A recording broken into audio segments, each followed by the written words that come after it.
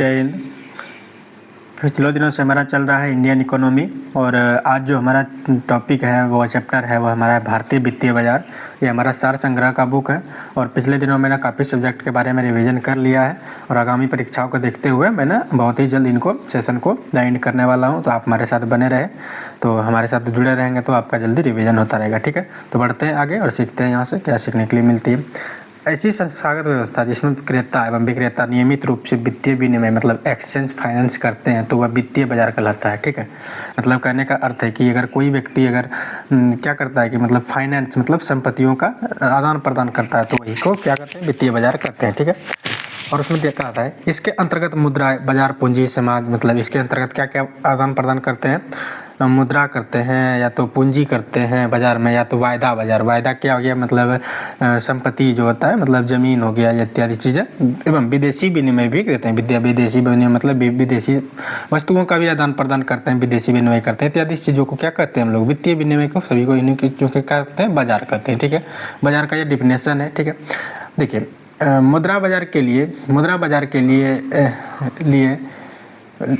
लिए जाने वाले ऋण की परिपक्वता अवधि कितनी होती है। अगर मुद्रा ऋण अगर आप लेते हैं मतलब आप लोन लेते हैं तो अल्पकालिकता 1 वर्ष से कम अवधि होती है। अब इसका मतलब हम समझिए, अगर आप कोई ऋण लिए हैं तो ऋण लेने के बाद अगर आपका आज ही डेट देने का है तो आप आज नहीं दे सकते हैं, लगभग उनको 1 वर्ष के अंतर में पूरा दे के समाप्त कर दीजिएगा, यही है, नहीं तो आपके खिलाफ कुछ भी हो सकता है। ठीक है, विश्व में कॉल मनी के मार्केट का सबसे बड़ा केंद्र है कहाँ पर, लंदन में कॉल मनी का मार्केट केंद्र है। ठीक है, अगला बात करते हैं औद्योगिक प्रतिभूति। ठीक है, औद्योगिक प्रतिभूति के अंतर्गत किसे शामिल किया जाता है, वह शेयर और डिसवेंचर को शामिल किया जाता है। ठीक है, शेयर वो होते हैं जो कि शेयर करते हैं और डिसवेंचर वो होते हैं जो पार्टनर होते हैं, उसी को डिसवेंचर कहा जाता है। ठीक है, औद्योगिक प्रतिभूति के अंतर्गत मतलब इंडस्ट्रियल सेक्यूरिटीज के अंतर्गत। ठीक है, सर्वप्रथम किस एक्सचेंजर विदेशी मुद्रा का वायदा कारोबार शुरू किया था, वह राष्ट्रीय स्टॉक एक्सचेंज ने वायदा बाजार का मुद्रा 2008 में चालू किया था। ठीक है, क्वेश्चन यहाँ से बनता है, अंडरलाइन करिएगा। राष्ट्रीय स्टॉक एक्सचेंज की शुरुआत वर्ष के वर्ष में हुई थी तो वह वर्ष 2008 में हुई थी। ठीक है, लेकिन वायदा बाजार अगर पूछा जाता है, वायदा बाजार मतलब पशुओं का खरीद बिक्री, जिनको राष्ट्रीयकृत मान्यता दे दी गई थी 2008 में। ठीक है, पूंजी बाजार से प्राप्त ऋण कितनी अवधि होती है। ठीक है, दीर्घकालिक 1 वर्ष से अधिक। ठीक है, पूंजी मतलब अभी बात किए थे हम कि पूंजी बाजार से अगर पूंजी कोई बहुत बड़ी पूंजी लगाकर बाजार में अगर वह बड़ी एसेट होती है, बड़ी संपत्तियां होती है तो उसमें दीर्घकालिक अवधि तक ऋण अगर आप अदा कर मतलब क्या कर सकते हैं, एक अधिक से बड़ी एक मतलब अगर बड़ी ऋण है तो आप 1 वर्ष से अधिक समय वो ऋण को कर सकते हैं। ठीक है, वे प्रतिभूति, अगला देखते हैं, वे प्रतिभूति परिपक्व अवधि 365 दिन से अधिक क्या हो तो क्या कहलाती है। ठीक है, हम लोग 1 वर्ष को उसको बॉन्ड के रूप में जानते हैं, 1 बॉन्ड, 2 बॉन्ड, 3 बॉन्ड, मतलब जितना बॉन्ड उतना वर्ष, मतलब हम लोग एक भाषा इसमें हो गया। तो यहाँ से क्वेश्चन डायरेक्ट बन जाता है, अंडरलाइन करिएगा इन चीज़ों कि अगर पूछेगा कि बॉन्ड किससे संबंधित है तो वहाँ दे देगा 365 दिन, नहीं तो दे देगा कि टैक्स दे देगा, नहीं तो दे देगा क्या मुद्रा दे देगा, इत्यादि चीज़ें दे देगा। लेकिन आपको थोड़ा सा यहाँ से भाषा पता रहेगा तो आप टिक कर पाएंगे। ठीक है, प्रारंभिक सार्वजनिक प्राप्त जो है। ठीक है, तो के माध्यम से विश्व में सर्वाधिक पूंजी जुटाने वाली कंपनी कौन सी है तो सऊदी अरामाको। ठीक है, देखिए प्रारंभिक सार्वजनिक प्रस्ताव मतलब सर्वप्रथम अगर सबसे बड़ी संपत्ति अगर प्रारंभिक सार्वजनिक मतलब कहिए कि सर्वप्रथम जो कि लोगों के हितों में वह रहकर सर्वप्रथम जो काम किया था उन्होंने, और सर्वाधिक संपत्ति जुटाने वाली कंपनी अगर पूछा तो यहाँ पर कौन सा है, सऊदी अरामको। ठीक है, बुलिश और बियरिश की अगर बात करते हैं तो वह शेयर बाजार से संबंधित है। ठीक है, शेयर बाजार से संबंधित है। अगर देखिए शेयर बाजार में अगर क्या होता है, ग्राफ अगर ऊपर उठ रहा है तो बुलिश मतलब हो गया, बुल यानी साढ़ क्या होता है, फुर्तीला होता है और ताकतवर होता है। ठीक है, और बियरिश हो रहा है मतलब भालू जैसा हो गया। ठीक है, भालू का नाम दिया है यहाँ पर बियरिश का मतलब, यानी अगर वो ग्राफ नीचे हो रहा है तो ग्राफ मतलब बियरिश हो रहा है, मतलब शेयर धारकों को हानि पहुँच रही है। ठीक है, ये चीज़ें था बुलिश और बियरिश का मतलब। ठीक है, एम्स्टर्डम स्टॉक एक्सचेंज विश्व का प्रथम स्टॉक एक्सचेंज था जिसकी स्थापना 1602 में हुई थी, अंडरलाइन कर लीजिएगा। यहाँ से एक क्वेश्चन पूछेगा कि विश्व में प्रथम स्टॉक एक्सचेंज की स्थापना कब हुई थी तो वो हो जाएगा 1602 ईस्वी। लेकिन पूछेगा क्या नाम था तो एम्स्टर्डम स्टॉक एक्सचेंज, लेकिन पूछेगा कहाँ पर है तो वह हॉकलैंड नीदरलैंड में की गई थी। ठीक है, अंडरलाइन करिएगा इनको और याद करने की कोशिश करिएगा। ठीक है, सुपर बाजार से क्या तात्पर्य है? खुदरा विक्रय संगठन सुपर बाजार कहलाता है। देखिए, जहाँ पर खुदरा वस्तुओं का विक्रय होता है 1 किलो 2 किलो, तो इसी को हम लोग सुपर मार्केट के नाम से जानते हैं। ठीक है, मानव पूंजी ह्यूमन कैपिटल में बढ़ता हुआ विनियोग आकर्षित करता है, मतलब कुशलता में विकास। ठीक है, मानव पूंजी क्या होता है? कोई व्यक्ति वैसा है जो कि काफ़ी कुशल है और उनसे समाज में काफ़ी हितें होती है, मतलब कहिए कि समाज में उसमें उन्नति के वो बहुत बड़े कार्य निभाते हैं, तो वह क्या होता है? मानव पूंजी होते हैं। जैसे कोई इंजीनियर है तो वो अपने काम कर रहा है तो समाज में उसको समाज से क्या मिल रहा है? उसको समाज को उससे मिल रहा है फ़ायदा। एक डॉक्टर है उसको क्या मिल रहा है? समाज को फ़ायदा मिल रहा है उससे। तो क्या है? समाज की पूंजी है। ठीक है, तो अगर वो रहते हैं तो क्या होता है कि वह सामाजिक कुशलता में विकास होता है। ठीक है, इन्हीं चीज़ों के बारे में थी। चलिए आगे बढ़ते हैं। Sorry, 1 minute.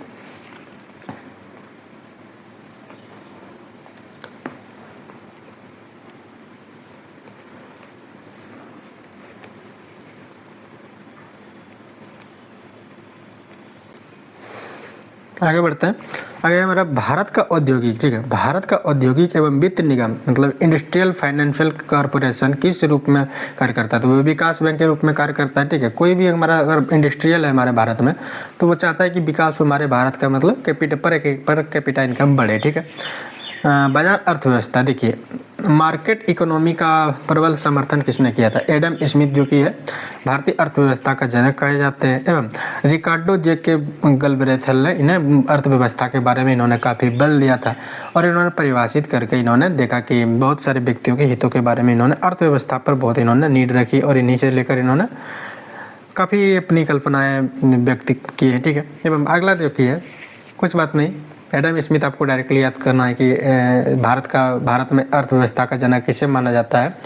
तो एडम स्मिथ को माना जाता है। लेकिन अगर अब सेक्शनल में अगर दे दिया जाएगा, अगर क्वेश्चन का लेवल अगर बहुत ज़्यादा रहेगा तो ही व्यक्ति का नाम दिया जाएगा रिकॉर्डेड जे के गलब्रेथ ने। ठीक है, बाजार एक आर्थिक प्रकृति है, यहाँ यह किस रूप में रुझान उत्पन्न करती है? उपभोक्तावाद के रूप में। ठीक है, बाजार क्या है? एक आर्थिक यानी संपत्ति युक्त चीज़ें हैं। ठीक है, मतलब कॉमर्शियल चीज़ें हैं। ठीक है, तो क्या करती है वह? समाजवाद या उपभोक्ता को रुझान करते हैं, मतलब जो भी उपभोग करते हैं संपत्तियों का या तो सामानों का, उन्हीं को रुझान करती है, उन्हीं को अच्छी संपत्तियाँ देती है। ठीक है, मतलब उन्हीं के हित के बारे में काम करती है। ये चीज़ समझिए इतना ही। ठीक है, कोई बाजार क्रेता मतलब बायर्स मार्केट कब कहलाता है?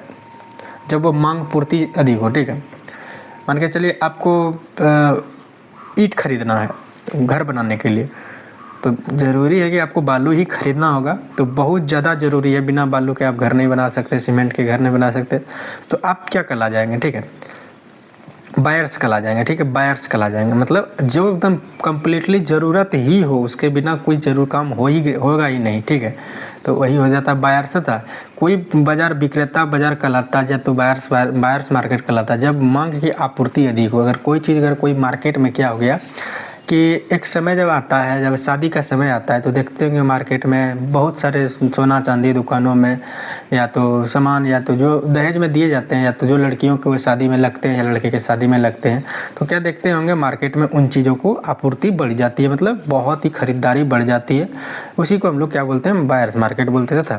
किसी अर्थव्यवस्था में यदि बाजार की दर घटाया जाता है तो क्या प्रभाव पड़ता है? ठीक है, बाजार का दर मतलब बाजार का वैल्यू घटाया जाता है, मतलब दाम अगर घटाया जाता है तो क्या पड़ता है? ठीक है, तो अर्थव्यवस्था में निवेश व्यय बढ़ता है। ठीक है, निवेश व्यय बढ़ता है तो क्या करता है कि अर्थव्यवस्था में अगर क्या होता है कि वैल्यू अगर लोग घटा दिया जाता है तो मार्केट का, तो क्या होता है वो जितने भी लोग करते हैं तो क्या करता है वह निवेश किए हुए चीज़ों को वो बढ़ा देगा, मतलब उनको अगर कम प्रॉफिट हो रहा है तो क्या हो गया? अर्थव्यवस्था में अगर गिरावट देखी जाएगी तो अगर मान के चलिए वो दिन भर में 100 किलो ही आटा बेच रहा है तो कोशिश कर लेगा कि हम 200 किलो बेचेंगे। ठीक है, ये चीज़ें थी। ठीक, चलिए अंडरलाइन चीज़ें इनको करिएगा। कंपनी के डिसवेंचर धारक किसे कहा जाते हैं? वो लेनदार को कहा जाता है। ठीक है, डिसवेंचर वही होता है, शेयर धारक होता है। ठीक है, इसी को हम लोग डिसवेंचर बोलते हैं, कंपनी में जो लोग शेयर करते हैं अपना। ठीक है, भारत के विनिवेश आयोग डिसवेंचर कमीशन की बात करते हैं। डिसवेंचरमेंट की कमीशन के बारे में अध्यक्ष कौन थे? वो जीवी रामकृष्णन थे। अंडरलाइन कर लीजिएगा, कोई भी आए थोड़ा सा करिएगा इनको, यहाँ से हमको देखने के लिए क्वेश्चन मिलते हैं। ठीक है, ऐसे लोग जो द्वितीयक बाजार के अपेक्षा प्राथमिक बाजार में निवेश करना पसंद करते हैं तो क्या कहता है? स्टॉक कहलाते हैं, स्टैगफ्लेशन कहलाते हैं। द्वितीय मार्केट कौन सा होता है? बड़ी परिसंपत्ति यानी बड़ी एसेट को अगर आप वैल्यू देकर अदा करते हैं किसी को तो वह द्वितीय मार्केट कहलाता है। लेकिन प्राइमरी मार्केट वहाँ होता है जिसको कि हम लोग खुदरा मार्केट कहते हैं, जैसे कि आप दुकान खोल के कोई चीज़ बेच रहे हैं या तो इत्यादि चीज़ें हो रही है तो प्राइमरी मार्केट हो गया। अगला है, भारत में अर्थव्यवस्था के संदर्भ में खुला बाजार प्रचलन का आशय क्या है? ठीक है, आरबीआई द्वारा सरकारी प्रतिभूतियों का क्रय विक्रय अगर कर रहा है, ठीक है, तो वही क्या हो गया? खुला बाजार कहलाएगा। ठीक है, अगला बात करते हैं मुद्रा बाजार विनिमय का नियंत्रण किससे किया जाता है? ठीक है, भारतीय रिजर्व बैंक को। अगर मुद्रा में अगर बहुत मुद्रा अगर भारत में पर चला दिए जाएंगे तो भारत सरकार ना उस पर नियंत्रण करेगी, आरबीआई के द्वारा उस पर नियंत्रण किया जाएगा। नहीं तो क्या देखा जाएगा? अधिक मुद्रा अगर चला दी जाएगी तो इन्फ्लेशन मतलब मुद्रास्फीति तथा कम हो जाएगा तो मुद्रा आपूर्ति यानी डिफ्लेशन देखी जाएगी। ठीक है, चलिए एक चीज़ लाइन करिएगा, अंडरलाइन। चलिए, भारत सरकार द्वारा वर्ष 1993 में रंगराजन समिति की नियुक्ति किस लिए की गई थी? अंडरलाइन कर लीजिएगा। ऐसे पूछ सकता है क्वेश्चन कि रंगराजन समिति का गठन कब किया गया, तो 1993 करिएगा। लेकिन पूछा गया किससे संबंधित है, तो वो पूंजी निवेश के लिए, विनिवेश के लिए संबंधित था। कौन? रंगराजन समिति तथा S&P की बात करते हैं। अगला लाइन देखते हैं, S&P 500 किससे संबंधित है? बड़ी कंपनी को स्टॉक सूचक संबंधित करता है। ठीक है, अगर बड़ी कंपनियों के पास अगर स्टॉक बहुत अधिक है तो उनके लिए S&P को लोगो मतलब उनको स्टैक दिया जाता है भारत सरकार के द्वारा कंपनियों को दिया जाता है। ठीक है, देखिए भारत के राष्ट्रीय शेयर बाजार, देखिए नेशनल इनका मुख्यालय पूछ रहा था, मतलब नेशनल स्टॉक एक्सचेंज मार्केट का, तो मुंबई में। ठीक है, भारतीय प्रतिभूति विनिमय बोर्ड सेबी का भी मुख्यालय कहाँ है? मुंबई में। ठीक है, अगला बात है नेशनल स्टॉक एक्सचेंज के प्रवर्तक भारतीय स्टेट बैंक। ठीक है, भारतीय स्टेट बैंक, SIL जितने भी GL, IGE, इत्यादि संबंधित है भारतीय एक्सचेंज इक्विटी। ठीक है, अगला एक लाइन है नीचे देखिए, KR वेणुगोपाल। ठीक है, KR वेणुगोपाल समिति का गठन सार्वजनिक वितरण प्रणाली के अंतर्गत केंद्रीय विनिमय मूल्य निर्धारण के अंतर्गत किया गया था। ठीक है, ये चीज़ें ठीक है, इंपॉर्टेंट जो चीज़ें, उन चीज़ों को हम देखते हैं, आगे बढ़ते हैं। शेयर में चलने वाले बृहद कारोबार को कौन स्थापित करता है, नियंत्रण करता है? तो सेबी का अगर फुल फॉर्म पूरा पूछा जाए तो क्या होगा? ठीक है, कमेंट करिएगा। ठीक है, अगला बात करते हैं, भारतीय बीमा निगम life insurance corporation of India की स्थापना संसद 2000 बीमा अधिनियम 1956 में की गई थी। इसके तहत 1 सितंबर 2056 में जिसका मुख्यालय मुंबई में है। ठीक है, LIC का पूछ लिया जाएगा स्थापना वर्ष, तो आपको यही टिक करना है, एवं मुख्यालय तो मुंबई पता होना चाहिए। ठीक, भारत के प्रमुख शेयर बाजारों में सर्वाधिक कारोबार कौन सा बाजार करता है? तो राष्ट्रीय शेयर बाजार NSE करता है, नेशनल मतलब शेयर एक्सचेंज करता है। ठीक है, इनसाइडर ट्रेनिंग। ठीक है, इनसाइडर ट्रेनिंग का संबंध किससे? वह शेयर बाजार से संबंधित है। ठीक है, एक्चुअरीज का सब किससे संबंधित हो? बीमा से संबंधित है। थोड़ा सा इकोनॉमिक्स है, भाषाई चीज़ें दी गई है इसमें। ठीक है, समझने का कोशिश करिएगा। ठीक है, विश्वसनीय प्रतिभूति से क्या तात्पर्य है? ऐसे शेयर बाजार जिन पर लगातार ऊंची दर का लाभ हो उसे क्या कहते हैं? ऊंची दर का लाभ हो उसे क्या कहते हैं? विश्वसनीय प्रतिभूति कहते हैं। ठीक है, अगला बात करते हैं दलाल स्ट्रीट क्या है? दलाल स्ट्रीट क्या है? मुंबई में। ठीक है, दलाल स्ट्रीट वो होते हैं जैसे कि कोई हमारे भारतीय लोग हैं, वो मूल में काम कर रहे हैं, दूसरे मूल में काम कर रहे हैं, यानी कहीं ब्रिटेन जाकर चला गया कमाने, या अमेरिका या कहीं अदर कंट्री चला गया कमाने, तो क्या करते हैं? हमारे भारत के सैलरी के अकॉर्डिंग वहाँ की सैलरी तो बहुत अधिक है, लेकिन वहाँ पर होता है क्या है कि वहाँ से अगर कोई व्यक्ति कमाता है तो वहाँ की, मान के चलिए कोई व्यक्ति अमेरिका कमा रहा है, तो अमेरिका में वो अमेरिका सरकार को टैक्स तो दे ही रहा है, लेकिन अगर वो भारत भेजता है तो इसके अंतर्गत क्या होता है? भारत सरकार को भी उसको टैक्स देना पड़ जाएगा। लेकिन दलाल स्ट्रीट का मुख्यालय जो मुंबई है, ये इलीगल है। ठीक है, लेकिन ये कार्य क्या करता है? जो भी व्यक्ति होते हैं वो शेयर धारक, उनसे क्या होते हैं कि उनसे कुछ रुपए वो ले लेते हैं और दलाल स्ट्रीट मैनेज करके ना वो अमेरिका सरकार को वो अपने खाते में पैसा ले लेते हैं, वो डायरेक्टली किसी एक सरकार को वो दे देते हैं रुपया, और वह केंद्रीय बैंक को वह रुपया ट्रांसफ़र कर देते हैं। तो यही होता है हमारा दलाल स्ट्रीट। अगर मान के चलिए अमेरिका में 30% टैक्स है, तो कोई व्यक्ति अगर अमेरिका में 30% टैक्स दे देगा, लेकिन भारत में भी आएगा तो उनको मान के चलिए 18% टैक्स है, तो दे देने के बाद उसके पास तो टोटल मान के चलिए 50% तो टैक्स में ही चला गया, तो उसके पास बचता है कुछ नहीं। लेकिन ये दलाल स्ट्रीट क्या होता है? कम से कम मात्रा में टैक्स दिलाता है एवं टैक्स को बचाने का काम करता है। वही होता है मेरा दलाल स्ट्रीट, जिनका मुख्यालय कहाँ पर है? मुंबई में। ठीक है, भारत में ट्रेजरी बिल की परिपक्वता अवधियों के लिए 91 से 182 तथा 364 के लिए, देखिए इनको समझते हैं। ट्रेजरी बिल क्या होता है? ट्रेजरी बिल क्या होता है, मतलब कहिए कि कोई भी परिपक्वता अवधि, मतलब अगर पूछे कि ट्रेजरी बिल देती है जो कि केंद्रीय बैंक देती है, मान के चलिए किन्हीं भी व्यक्तियों को लोन बहुत बड़ी अमाउंट में दिया जाता है, अगर आप बड़े अमाउंट में अगर किसी व्यक्ति कहीं से लोन अगर मांग करते हैं तो उनको ट्रेजरी बिल उनको देना पड़ता है, मतलब अपना परिसंपत्तियों का रसीद देना पड़ता है कि आपके पास कितना भूमि है, क्या आपका कमाई है, ये चीज़ें दी जाती है। तो अंतर्गत क्या वो क्या करते हैं, पहला कुछ लोन वो 91 दिन के अंतर्गत देते हैं, ठीक है, फिर 182 दिन के अंतर्गत दे देते हैं, फिर 64 दिन में वो कम्प्लीटली लोन आपको दे देते हैं, उन्होंने जांच पड़ताल करके, ठीक है। आगे बढ़ते हैं। अंतर्राष्ट्रीय नगरीय समस्या, ठीक है, अंडरलाइन कर लीजिएगा इनको, ठीक है। राष्ट्रीय नगदी समस्या किससे संबंधित है? वह डॉलर और दुर्लभ मुद्राओं से, मतलब हार्ड करेंसी से संबंधित है, ठीक है। अब यहाँ एक नया वर्ड आया, हार्ड करेंसी। हार्ड करेंसी क्या है, ठीक है, वैसी करेंसी जिनका कि वर्ल्ड में वैल्यू सबसे अधिक हो, जैसे कि हमारा अभी डॉलर है, कितने हैं इंडियन रुपीज़ के बराबर, 90 रुपीज़ यानी 90 रुपये के बराबर है, तो वह हमारे अकॉर्डिंग वो क्या है, हार्ड मनी है, ठीक है, कौन, डॉलर, ठीक है। भारत सरकार द्वारा बीमा नियामक एवं विकास प्राधिकरण, insurance regulatory and development authority, IRDA इनका फुल फॉर्म है, कभी कभी IRDA का फुल फॉर्म पूछ लिया जाता है, तो याद कर लीजिएगा क्या है, insurance regulatory and development authority. इनका स्थापना वर्ष अगर पूछता है तो वह वर्ष 2000 ईस्वी में अप्रैल में हुआ था, ठीक है। याद करने का, डायरेक्टली याद करिएगा इनको। था किसान क्रेडिट कार्ड, जिसको KKCC के नाम से जानता है, योजना कब प्रारंभ की गई थी? 1998 से 99 के बीच में प्रारंभ की गई थी, लेकिन पूर्णतः यह कब लागू हुआ था? तो 2000 ईस्वी में लागू हुआ था, ये भी चीज़ लिख लीजिएगा, ठीक है, 2000 इसमें पूर्णतः लागू हुआ था, ठीक है।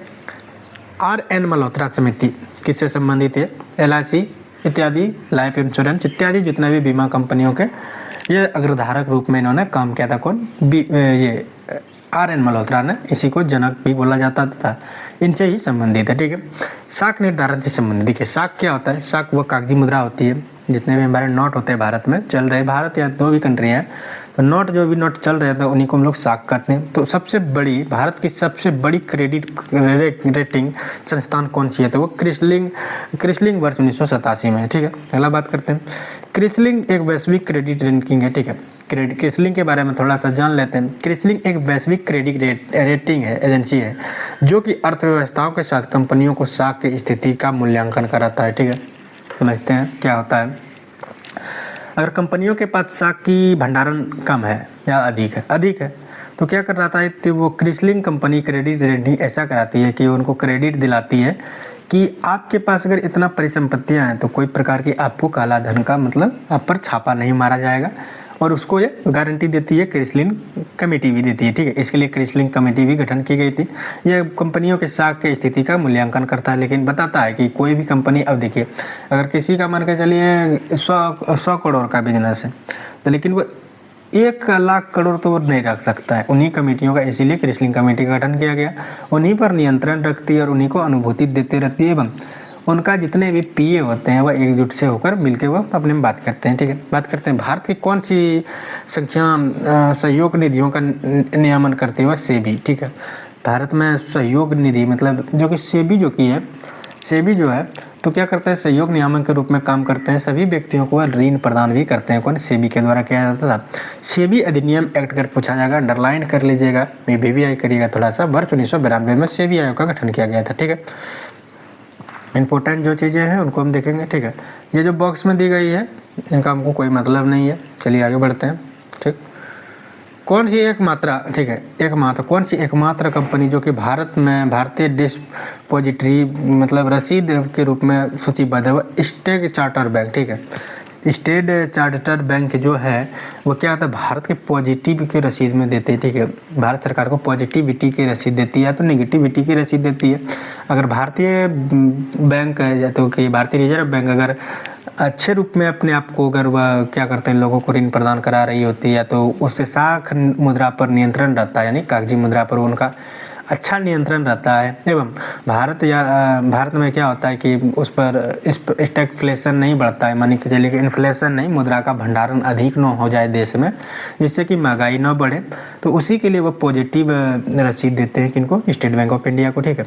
बॉम्बे स्टॉक एक्सचेंज क्या है? बॉम्बे स्टॉक एक्सचेंज एवं संवेदी सूचकांक सेकेंडरी इंडेक्स क्या कहलाता है? वह सेंसेक्स कहलाता है, ठीक है। आगे बढ़ते हैं। शब्द हैं, थोड़ा सा शब्द को एक बार दिमाग में रखिएगा, ठीक है। लंदन मनी मार्केट लेबर के नाम से जानता है, ठीक है। लंदन इंटरबैंक ऑफर रेट को कब तक समाप्त करने की घोषणा की गई थी? वर्ष 2021 में की गई थी, ठीक है। लेबर को समाप्त करके इसके स्थान पर सोनिया, देखिए लेबर जो कि का फुल फॉर्म क्या है, लेबर इंटरबैंक ऑफर रेट है, लेकिन सोनिया का अगर पूछा जाए, इनका नाम बदल के क्या कर दिया गया था, सोनिया, जो कि सोनिया का फुल फॉर्म क्या है, स्टेरलिंग ओवरनाइट इंटरबैंक एवरेज रेट, इनका फुल फॉर्म है। हमको मिस्टेक हो गया थोड़ा सा पढ़ने में, एग्जाम में पूछ ही लिए जाते हैं, ठीक है, और मिस्टेक तो हो ही जाता है अगर ध्यान से नहीं देखिएगा, ठीक है। अगला बढ़ते हैं, जो चीज़ें संबंधित है वीवीआई उनको करते हैं, ठीक है। इरडा का गठन विकसित समिति सिफारिशों के आधार पर किया गया था, वो किस पर किया गया था, मल्होत्रा समिति पर, ठीक है। अगला बात करते हैं भारतीय पूंजी बाजार घोटाले। अगर भारतीय पूंजी बाजार में अगर घोटाला हो जाते हैं तो कौन नियामक मतलब समितियाँ उस पर नियामक या संस्कृति या कोई थी उस पर कंट्रोल कौन करती है, सेबी करती है, ठीक है। निक्की किससे संबंधित है, टोक्यो की एक स्टॉक एक्सचेंज है, उन्हीं के मूल्यांकन से यह संबंधित है, कौन सा, निक्की, ठीक है। विश्व में प्रमुख कौन कौन से सूचकांक है, सभी कंपनियों के सूचकांक एवं संवेदी सूचकांक देख लीजिएगा, इंपॉर्टेंट यहाँ से कर लीजिएगा, ठीक है। अमेरिका का क्या है, नाडास्क है, ठीक है। दक्षिण कोरिया का कोपेक्सी, ठीक है। चीन का पड़ेगा सिंगाई कंपोजिट तथा सिंगापुर का स्ट्रेच टाइम्स तथा फ्रांस का पढ़ लीजिएगा CAC, जर्मनी का DAX और जापान का पड़ेगा निक्की, ठीक है, एवं ब्रिटेन का पड़ेगा FTSE, ठीक है। चलिए इंपॉर्टेंट हो गया, इतना ही था, ठीक है। एक नीचे दी गई लाइनें हैं, पूंजी बाजार तथा जगत में प्रतिष्ठित एवं बड़ी कंपनियों को ब्लू चिप कंपनी कहा जाता है, ठीक है। देखिए अगर दुनिया में अगर बहुत अच्छी कंपनियां हैं तो उनको ब्लू चिप यानी ब्लू टिकट दिया जाता है, मतलब उसको अच्छी कहिए कि उनको फीडबैक अच्छा ये दिखाया जाता है, ठीक है। हमारा चैप्टर छोटा था, अगला चैप्टर अगर हम देखते हैं तो अगला चैप्टर हमारा है कर संचालन, ठीक है। कर संचालन यानी टैक्स स्ट्रक्चर। टैक्स स्ट्रक्चर क्या है, तो कहाँ का हम लोग इनको देखते हैं, डायरेक्टली हम लोग इनको इम्पोर्टेंट कर लेते हैं और इनको समझते हैं, तो आप हमारे साथ बने। चलिए समझते हैं इन चीज़ों को, ठीक है। नागरिकों को विभिन्न प्रकार की सेवाएं एवं सुविधाएं प्रदान करने वाले सरकारों द्वारा नागरिकों को निःशुल्क लिया जाता है, तो उसे ही टैक्स कहते हैं, ठीक है। टैक्स क्या है तो आप लोग को पता ही है, आपसे आपकी कमाई में से आपसे कुछ छीन लिया जा रहा है तो उसी को टैक्स कहते हैं, ठीक है। भारत में आयकर सर्वप्रथम कब लगाया गया था, ठीक है। आयकर अगर आप कमाते हैं उस पर टैक्स लगाएगा तो 24 जुलाई 1860 में लगाई गई थी। अंडरलाइन करिएगा, थोड़ा सा इंपॉर्टेंट है, ये विशेष भी है, ठीक है। लेकिन भारत में प्रत्येक वर्ष 24 जुलाई को आयकर दिवस के रूप में मनाए जाते हैं, एक यहाँ से डे हो गया, ठीक है, डे याद कर लीजिएगा, ठीक है। अगला बात करते हैं, सरकार की आय में 3 सबसे बड़ी स्रोत है, कौन कौन सी, वस्तु सेवा। अगर आप कोई वस्तुओं का सेवा दे रहे हैं तो उसमें भी टैक्स मिलता है, तथा आय आप कमाते हैं उसमें भी टैक्स देना पड़ता है, तथा आप निवेश करते हैं या तो उसमें भी टैक्स देना पड़ता है, 15%, 14%, 13%। लेकिन इन चीज़ों को अब 18% कर लिया गया है, ठीक है। इनको 18 कर लीजिएगा, ठीक है, इनको 16 कर लीजिएगा, ठीक है, और इनको 15% कर लीजिएगा। अभी वर्तमान में जो टैक्स है, ठीक है। सरकारी व्यय को नियंत्रण करने वाला मंत्रालय कौन सा, वित्त मंत्रालय के द्वारा किया जाता है, ठीक है। कृषि आयकर सबसे पहले कहाँ और कब लगाया गया था, वो बिहार में लगाया गया था, मतलब आप एग्रीकल्चर पे टैक्स लगाया था वर्ष 1938 में, ठीक है। शराब पर उत्पादन किसके द्वारा लगाया जाता है, शराब पर उत्पादन जो टैक्स होता है वो राज्य सरकार के द्वारा लगाया जाता है। संशोधित मूल्य वर्धित कर जो कि उत्पादन कर से लगाया जाता है, ठीक है। समझते चलिएगा एक बार, ठीक है, जहाँ पे इंपॉर्टेंट होगा हम करा देते हैं, ठीक है। एक इंपॉर्टेंट इन चीज़ों को समझिएगा, भारत में सबसे मूल्य वर्धित टैक्स मतलब वैल्यू एडेड टैक्स लागू करने वाला राज्य कौन सा है, तो हरियाणा 2005 में, इंपॉर्टेंट करिए लिएगा अभी में, ठीक है। अगला बढ़ते हैं, भारत सरकार में बजट न्यूनतम वैकल्पिक मतलब मिनिमम एक्यूट टैक्स जो कि एडेड टैक्स की बात करता है, सब समावेशन कब किया गया था, वो 1996 से 97 में किया गया था, ठीक है। बॉक्स में चीज़ें दी गई है, इंपॉर्टेंट है, थोड़ा सा ध्यान से पढ़ लीजिएगा, ठीक है।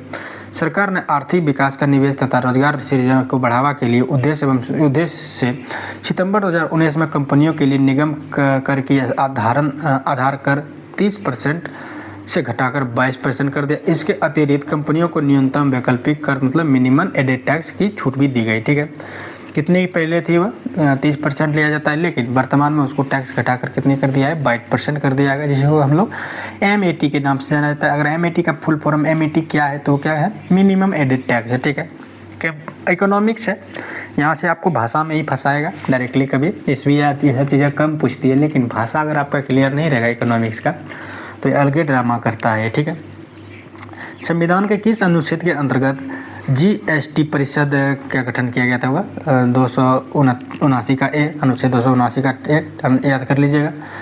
अगला बढ़ते हैं।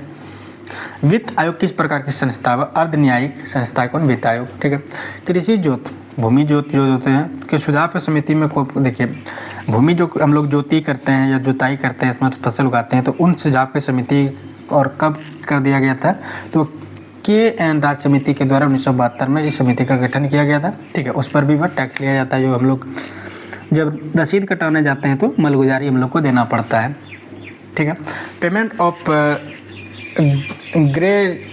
ग्रेजुटी एक्ट 1972 के अनुसार ग्रेजुटी भुगतान की अधिकतम सीमा कितनी है? वह 10 लाख है, ठीक है। हमको समझ में नहीं है, लेकिन हम आपको समझाने की कोशिश करते हैं। पेमेंट ऑफ ग्रेजुटी एक्ट, ठीक है, कब लाया गया? तो 1972। डायरेक्टली याद करिएगा, डायरेक्टली याद कर लीजिएगा, थोड़ा सा डिफिकल्ट है, हमको क्लियर नहीं चीज़ है, ठीक है। अगर आप देख लीजिएगा एक बार गूगल से, हमको ये शब्द ही समझ में नहीं आया, जो कि इस पर कितनी है 10 लाख अधिकतम सीमा है, ठीक है। भारत में आय टैक्स शुरुआत किसने किया था? जेम्स विल्सन ने किया था, इंपॉर्टेंट कर लीजिएगा, ठीक है। अगला बात करते हैं।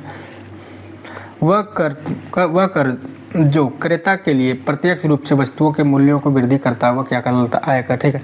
निगम कर क्या होता है? वह घरेलू विनिवेश वस्तुओं को निगम कर कहते हैं, ठीक है। अक्टूबर 2019 में, बॉक्स में याद कर लीजिएगा, अक्टूबर 2019 या उसके बाद स्थापित होने वाली 31 मार्च 2023 से पहले उत्पादन से शुरू होने वाली कंपनियों के लिए निगम कर 25% से घटाकर कितनी कर दी गई है? 15% कर दी गई, ठीक है। इससे पहले हम बात कर लिए, ठीक है। आयकर एवं निर्गत पर लगाए जाने वाले कर को किस नाम से जाना जाता है? सीमा टैक्स, मतलब कस्टम ड्यूटी के नाम से उनको जाता जाता है, ठीक है। आयकर अधिनियम की धारा कितनी है? 88 धारा के अंतर्गत आयकर टैक्स लगाया जाता है। कर छूटों को समाप्त करने की अनुशंसा किस समिति ने किया था? वह केलकर समिति ने किया था। मतलब जो भी लोग कमा रहे हैं उसमें कमाई पर उनको टैक्स नहीं लगना चाहिए, उनको केलकर समिति ने यह कब किया गया था? 88 एक्ट के तहत, धारा 88 के अंतर्गत उन्होंने एक्ट लाया था। किसने? समिति, ये केलकर ने। अंडरलाइन कर लीजिएगा, याद कर लीजिएगा, एक्ट पूछेगा यहाँ से, और कलेक्टर भी पूछ रही है, समिति भी पूछ लीजिएगा, उनका अध्यक्ष कौन था, ठीक है। अगला बढ़ते हैं। भारतीय राजमार्ग मतलब international highway authority of India में वित्त का मुख्यालय स्रोत उपकर है, ठीक है। उपकर है मतलब शेष है, ठीक है। अगला बात करते हैं। किसी विशेष उद्देश्य आपूर्ति के लिए कर, किसी विशेष उद्देश्य की आपूर्ति के लिए कर का आधार पर लगाया गया था अन्य उपकर कहलाता है क्या? मतलब उपकर कहलाते हैं, ठीक, सेसेस कहलाते हैं। सेवा कर, बिक्री कर, उत्पादन शुल्क, सीमा शुल्क इत्यादि जो कि है प्रत्यक्ष कर है, अप्रत्यक्ष कर है, मतलब डायरेक्टली आपसे जितना मन होगा वो ले लेगा, हम यह निर्देश देके नहीं लिया जाता है। सर 15वें वित्त आयोग के अध्यक्ष कौन है? इंपॉर्टेंट कर लीजिएगा, डॉक्टर NK सिंह को नियुक्त किया गया था 15वें वित्त आयोग के, ठीक है।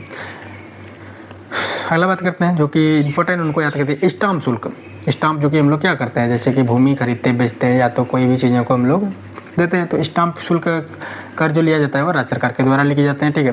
अगला बढ़ते हैं। पहली बार सेवा कर की शुरुआत कब की गई थी? तो वर्ष 1994-95 में सेवा कर मतलब ली गई थी, ठीक है। अगला बात करते हैं। वर्ष 2021-22 में केंद्रीय आय में उत्पादन शुल्क योगदान कितना रहा? 8% रहा है। ये करंट पढ़िएगा, आपको ग्राफ के अनुसार ये आते चीज़ करना पड़ेगा, लेकिन यहाँ से आप पढ़ लीजिए एक बार, ठीक है। कर के ऊपर लगाया गया अतिरिक्त कर क्या कहलाता है? तो अधिभार कहलाता है, ठीक है।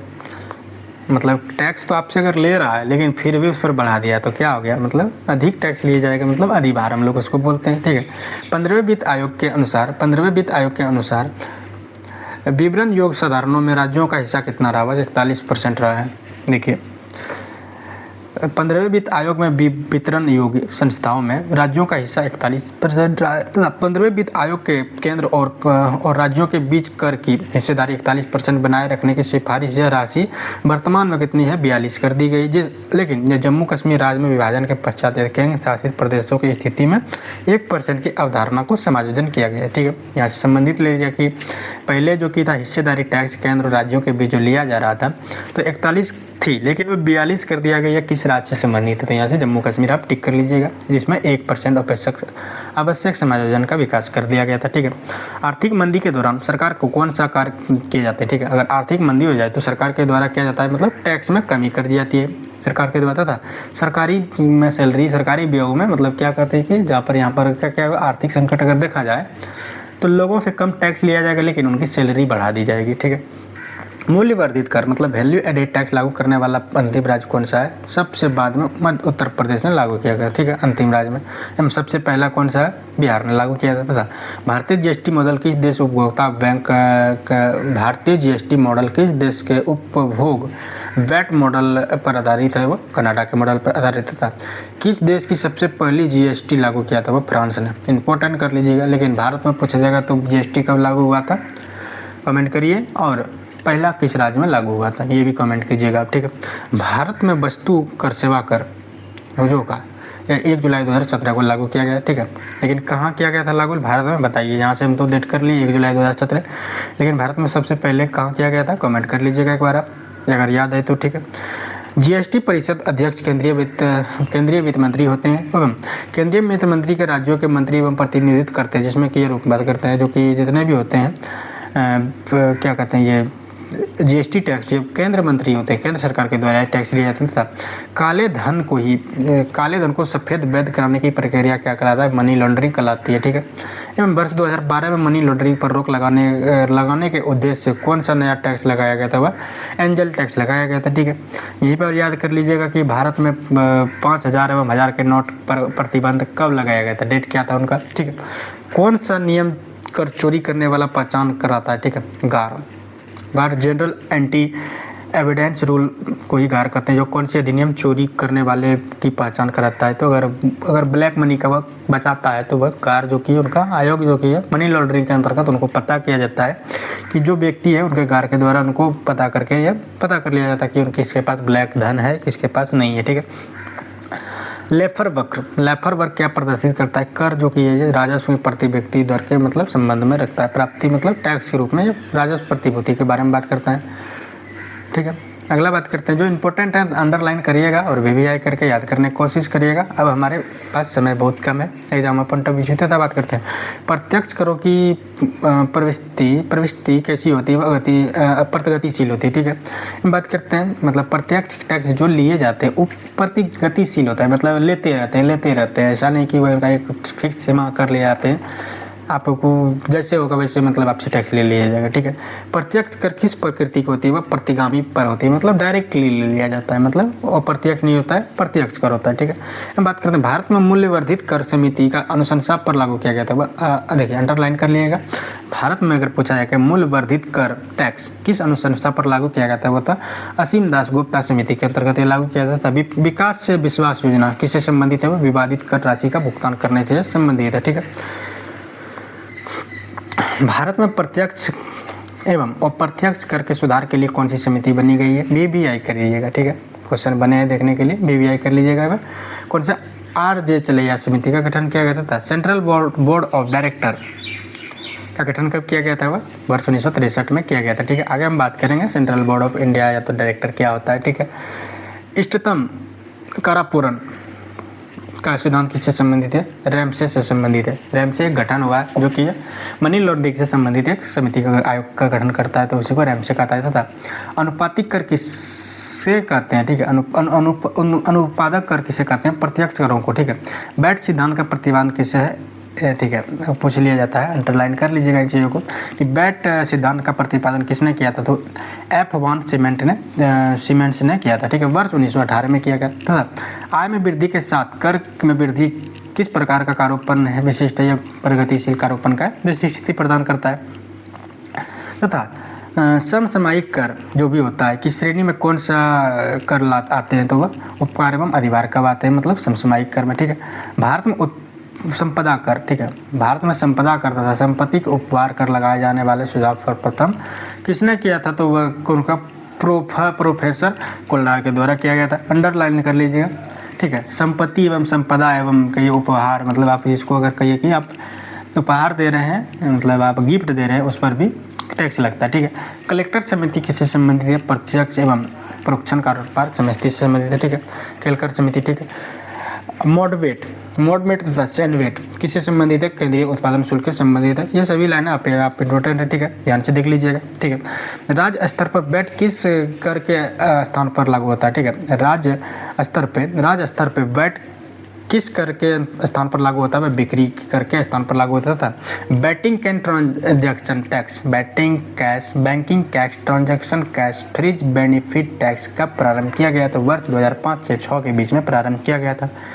याद रखने का कोशिश करिएगा, अंडरलाइन कर लीजिएगा, ठीक है। करदाताओं की पहचान हेतु अस्थायी खाता, देखिए अस्थायी खाता PAT permanent added number PAN की बात करते हैं तो के स्थान पर करदाता पहचान TIN प्रारंभ करने की सुझाव किस समिति ने दिया था? वह प्रोफेसर राज के चिलैया समिति ने दिया था। अंडरलाइन करके याद करने की कोशिश कर लीजिएगा। अगला जो चैप्टर है हमारा वह बजट एवं राजकोषीय नीति, ठीक है, बजट एवं फाइनेंशियल पॉलिसी है। तो बढ़ते हैं आगे, ठीक है। बजट सरकार द्वारा सर्व प्रमुख वित्तीय दस्तावेज एवं आगामी वित्तीय वर्ष के लिए सरकार के आय व्यय में आर्थिक दृष्टिकोण की प्रस्तुत कौन करता है? तो ठीक है, कौन करता है? आर्थिक दृष्टिकोण से प्रस्तुत करता है। कौन करता है? वो आगामी वित्तीय वर्ष, जो कि आने वाले जो कि वित्तीय वर्ष होते हैं, कोई भी जन के मान के चलिए अभी कोई भी वर्ष चल रहा है, अगला कौन सा वर्ष आएगा, तो बजट के द्वारा यही प्रस्तुत किया जाता है कि आगामी वर्ष हम क्या क्या करेंगे। आर्थिक दृष्टिकोण से ये चीज़ें देख के लागू की जाती है, ठीक है। बजट किस प्रकार का लेख है? वह बजट किस प्रकार का लेख पत्र है? वह इंस्ट्रूमेंट है, वह सरकार की राजकोषीय नीति के अंतर्गत यह कार्य करते थे। भारतीय बजट का प्रणेता fathers of budget in India किसे कहा जाता है? जेम्स विल्सन को कहा जाता है, ठीक है। वर्तमान में कौन है? निर्मला सीतारमण, ठीक है। भारत में सर्वाधिक बजट पेश करने वाले कौन व्यक्ति है? या कमेंट कर लीजिएगा, ठीक है। भारत में प्रथम बजट कब प्रस्तुत किया गया था? तो वह 18 फरवरी 1860 को भारत में प्रथम बजट पारित किया गया था। भारतीय संविधान सरकार के किस अनुच्छेद के अंतर्गत सार्वजनिक बजट बनाने की अधिकारिता प्रदान करता है? आर्टिकल 112 नंबर में सार्वजनिक बजट बनाने की अधिकारिता प्रदान करती है भारत के संविधान के अंतर्गत। भारत में स्वतंत्र भारत का प्रथम बजट किसके द्वारा पेश किया गया था? RK षणमुखम शेट्टी के द्वारा प्रतिपादित किया गया था। अंडरलाइन कर लीजिएगा, याद करने की कोशिश करिएगा। तथा भारत में बजट किस तिथि को प्रस्तुत किया जाता है? भारत में अगर बजट तिथि की बात करते हैं तो 1 फरवरी को मतलब प्रस्तुत किया जाता है। भारत की प्रथम पूर्णकालिक महिला वित्त मंत्री कौन है? निर्मला सीतारमण। इन्होंने बहुत अधिक बार 15 बार इन्होंने प्रस्तुत किया है, मतलब सफलतापूर्वक, और यह इनका बजट सफल भी रहा है, ठीक है। भारत के 10 बार किया है निर्मला सीतारमण ने, मिस्टेक हम यहाँ कर दिए, ठीक है। भारत के बजट का राजस्व अनुमान किसके द्वारा तैयार किया जाता है? तो वह वित्त मंत्रालय के द्वारा तैयार किया जाता है। एवं भारत का पहला अंतरिम बजट इंटरिम बजट की बात करते हैं तो वह किसे और कब प्रस्तुत किया गया था? वह मोरारजी देसाई के समय में वर्ष 1962 से 63 के बीच में अंतरिम बजट, भारत का पहला बजट प्रस्तुत किया गया था। क्वेश्चन बन जाता है डायरेक्टली, यहाँ से अंडरलाइन कर लीजिएगा डायरेक्टली इसको, ठीक है। कि भारत का पहला बजट किसके समय काल में चालू किया गया था? तो डायरेक्टली मोरारजी देसाई के समय के काल में चालू की गई थी। बात करते हैं भारत में सार्वजनिक व्यय के योजनागत एवं गैर योजनागत व्यय के वर्गीकरण कब समाप्त किया गया था? 2017-18 के बीच में समाप्त किया गया था। एवं भारत में शून्य आधारित बजट सर्वप्रथम किससे प्रस्तुत किया था? शून्य आधारित बजट, तो राजीव गांधी ने शून्य आधारित बजट किया है। देखते हैं शून्य आधारित बजट क्या है। नया शब्द है, थोड़ा सा मिस्टेक हो सकती है समझने में, तो बॉक्स में दे दी गई है। और मिस्टेक होता है, अब तो आप सोशल मीडिया आप यूज़ करते हैं, चैट GPT इत्यादि चीज़ों से आप थोड़ा सा देख लेंगे, जिसमें कि आपका चीज़ें क्लियर हो जाएगी। बुक में जितना कंटेंट है उतना हम बताने का कोशिश करते हैं, और रिवीजन इनको कराने का VVI कराना है। बुक में तो और भी चीज़ें बहुत दी गई है, तो चलिए सीखते हैं, ठीक है। शून्य आधारित बजट का जनक पीटर ए पॉयर्स को जाता है, ठीक है, को माना जाता है। लेकिन सर्वप्रथम 1973 में अमेरिका में जॉर्जिया प्रांत में जीरो बेस्ड बजटिंग को अपनाया गया था। बाद में इसे अमेरिका के संघीय बजट 1979 में शामिल कर लिया गया था, भी अपना लिया गया था। लेकिन भारत में इसे सर्वप्रथम वर्ष 1987-88 में आम बजट के रूप में लागू किया गया था। कौन सा है? शून्य बजट, ठीक है। मतलब शून्य बजट क्या होता है कि कहीं भी किसी क्षेत्र में बजट पेश किया जाता है, कोई अनुमान नहीं लगाया जाता है, मतलब शून्य बजट के रूप में प्रस्तुत किया गया। लेकिन और देखा जाता है कि पहले हमारे कोई भी राज्य का डिसवेंचर क्या था और वर्तमान में क्या है, तो उसी से अनुमान लगा लिया जाता है कि मतलब कार्य कर रहे हैं उनका कोई टारगेट फिक्स नहीं किया जाता है, वही इशू को शून्य बजट कहते हैं। ठीक है, रेल बजट को आम बजट के साथ प्रस्तुत करने की अनुशंसा किस समिति के अंतर्गत की गई थी? अंडरलाइन कर लीजिएगा इन चीज़ों को। ठीक है, रेल बजट को आम बजट की सूची में प्रस्तुत करने की विवेक देवराय समिति के अंतर्गत की गई थी। तब भारत में सर्वाधिक बार बजट पेश करने वाला वित्त मंत्री कौन है? मोरारजी देसाई। लेकिन वर्तमान में कौन है, मतलब सर्वाधिक बार का सफल बजट पेश करने वाली कौन है? निर्मला सीतारमण होगी। ठीक है, निष्पादन बजट। ठीक है, निष्पादन बजट की अवधारणा किस देश से ली गई? वह संयुक्त राज्य अमेरिका से ली गई थी। भारत में आर्थिक समीक्षा इकोनॉमिक सर्वे को तैयार करने के लिए कौन उत्तरदायी होता है? वित्त मंत्री होता है। ठीक है, सरकार की आय व्यय ऋण को कारापूरण समिति की क्रिया राजकोषीय नीति कहलाती है। ठीक है, सरकार के जो भी आय व्यय होते हैं राजापूरण समिति के अंतर्गत आता था। भारत में राजकोषीय नीति को कौन निर्धारित करता है? तो वित्त मंत्रालय निर्धारित करता था। हम जो भी चीज़ें हैं अंडरलाइन करते हैं। ठीक है, वर्ष 2019 से 2019 से लेकर 2030 2020 से लेकर 2019-30 तक लेकर बिहार मंदी को सुधारने के लिए राजकोषीय नीति का उपाय का गठन करने का सुझाव किसने दिया था? वह प्रोफेसर जॉन मोडार केन्स ने दिया था। ठीक है, अगला बात करते हैं, भारत में दीर्घकालीन राजकोषीय नीति लॉन्ग टर्म फाइनेंशियल पॉलिसी की घोषणा किसके द्वारा की गई थी? वीपी सिंह के द्वारा की गई थी। एवं बात करते हैं, राजकोषीय उत्तरदायित्व एवं बजट प्रबंधन अधिनियम भारत में वर्ष 2003 में लागू की गई थी। एवं भारत सरकार के बजटों में राजकोषीय घाटे में बड़े भाग की आपूर्ति किस मद के की जाती है? वह घरेलू उधारों से की जाती है। ठीक है, उधारों से की जाती है। जो चीज़ें समझने लायक उनको समझने का कोशिश करिएगा। अगला बात करते हैं, राजकोषीय उत्तरदायित्व एवं बजट प्रबंधन अधिनियम RBM एक्ट भारत में कब पारित किया गया था? वर्ष 2003 में यह पारित किया गया था। एवं यदि प्राथमिक घाटे में ब्याज भुगतान को सम्मिलित कर लिया जाए तो वह किसके बराबर होगा? राजकोषीय घाटे के बराबर होगा। ऐसा भी है जिसके परिणाम स्वरूप अर्थव्यवस्था में पूंजी या संपत्ति सृजन नहीं होता है तो क्या कहलाता है? राजस्व व्यय कहलाता है। ठीक है, अगला पेज है हमारा 17 नंबर पे। तो केंद्र सरकार के द्वारा बजट का घटता हुआ सही क्रम क्या है? तो क्या है बजट का सही घटता हुआ क्रम? राजकोषीय घाटा, आगम घाटा एवं प्रारंभिक घाटा, यही है। भारतीय सरकार के बजट में घाटों का मतलब कहिए कि अनुक्रम के बारे में इन्होंने चर्चा की गई। निर्विक योजना का उद्देश्य क्या है? तो वह उच्चतर निर्यात ऋण वितरण करने का यह उद्देश्य है। ठीक है, राजकोषीय घाटे में ब्याज भुगतान घटाने पर प्राप्त प्रतिफल को किससे घाटे से संज्ञा दी जाती है? वह प्राथमिक घाटा दिया जाता है। देखिए, राजकोषीय घाटा जो भी होते हैं उसमें ब्याज भुगतान अगर घटा दिया जाता है तो प्रतिफल जो भी आते हैं उसी को प्राइमरी घाटा बोलते हैं। ठीक है, किसी वित्तीय वर्ष में जब कुल राजस्व संपत्तियां कुल राजस्व व्यय से कम हो तो क्या कहलाता है? राजस्व घाटा कहलाता है, मतलब रेवेन्यू डेफिसिट कहलाता है। ठीक है, राजस्व घाटे में से पूंजी परिसंपत्तियों का सृजन करने हेतु अनुदान को घटाने पर क्या प्राप्त होता है? प्रभावी राजस्व घाटा प्राप्त होता है। ठीक है, अगला बात करते हैं, प्रभावी राजस्व घाटा किसके द्वारा प्रस्तुत किया जाता है? लोक लेखा समिति के द्वारा प्रस्तावित किया जाता है। ठीक है, जो चीज़ें इंपॉर्टेंट है हम याद करते हैं उनको। ठीक है, भारत में परिणामोन्मुख बजट मतलब ऑक्यूम बजट पहली बार वर्ष 2005 में प्रस्तुत किया गया था। वित्तीय वर्ष 1973-74 के लिए पेश किए गए आम बजट को क्या कहा जाता है? ब्लैक बजट के नाम से जाना जाता है, जो कि काफ़ी असफल देखी गई थी।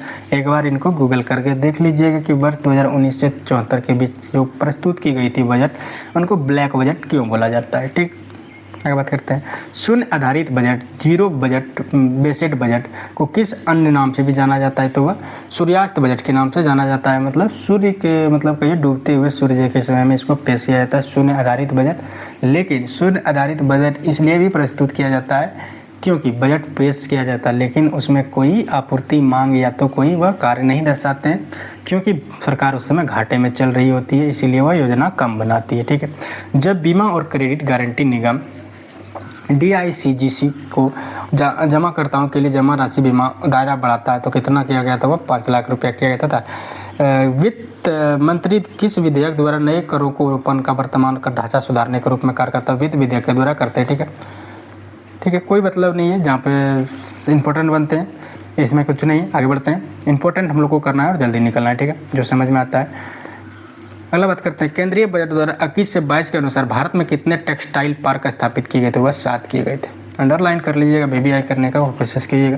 मतलब बजट 2021-22 के अनुसार बीमा कंपनियों को स्वीकार प्रत्यक्ष विदेशी निवेश फर्स्ट डिसवेंचर इंडेक्स, मतलब बात करते हैं तो वो कितना था? 74% था, ठीक है।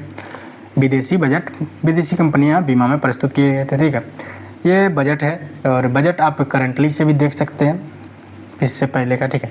भारत सरकार द्वारा वर्ष 2021 में बजट के वित्तीय विधेयक के माध्यम से भारत में आकस्मिक निधि 500 करोड़ से लेकर बढ़ाकर कितनी कर दी थी? 3 लाख करोड़ कर दी गई, सॉरी 3000 करोड़ कर दी गई थी, ठीक है। आर्थिक समीक्षा 2021 का मूलभूत विषय क्या है? तो सेविंग लाइफ एंड लाइवलीहुड्स है, ठीक है। बात करते हैं, अगला बात करते हैं, बजट 2021 में स्वास्थ्य और कल्याण परिव्यय वर्ष 2021 की तुलना में कितने प्रतिशत रही है? तो वह 137 रही है। देखिए ये तो डायरेक्टली रहा है, ठीक है। इनको ऐसा नहीं पूछा जाएगा जहाँ से हम लोग को पूछा जाएगा, क्वेश्चन करेंटली पूछा जाएगा। अगला हम देख लेते हैं, राजकोषीय घाटे की अवधारणा को वर्ष 1985 में सुखमय समश्री चक्रवर्ती मॉडल पर आधारित किया गया था। जो इंपॉर्टेंट है उनको पढ़िएगा, ठीक है। अगला बात करते हैं, ठीक है। 2021-22 में केंद्रीय बजट को राजकोषीय घाटा की दर कितनी थी? 6.8% थी, ठीक है।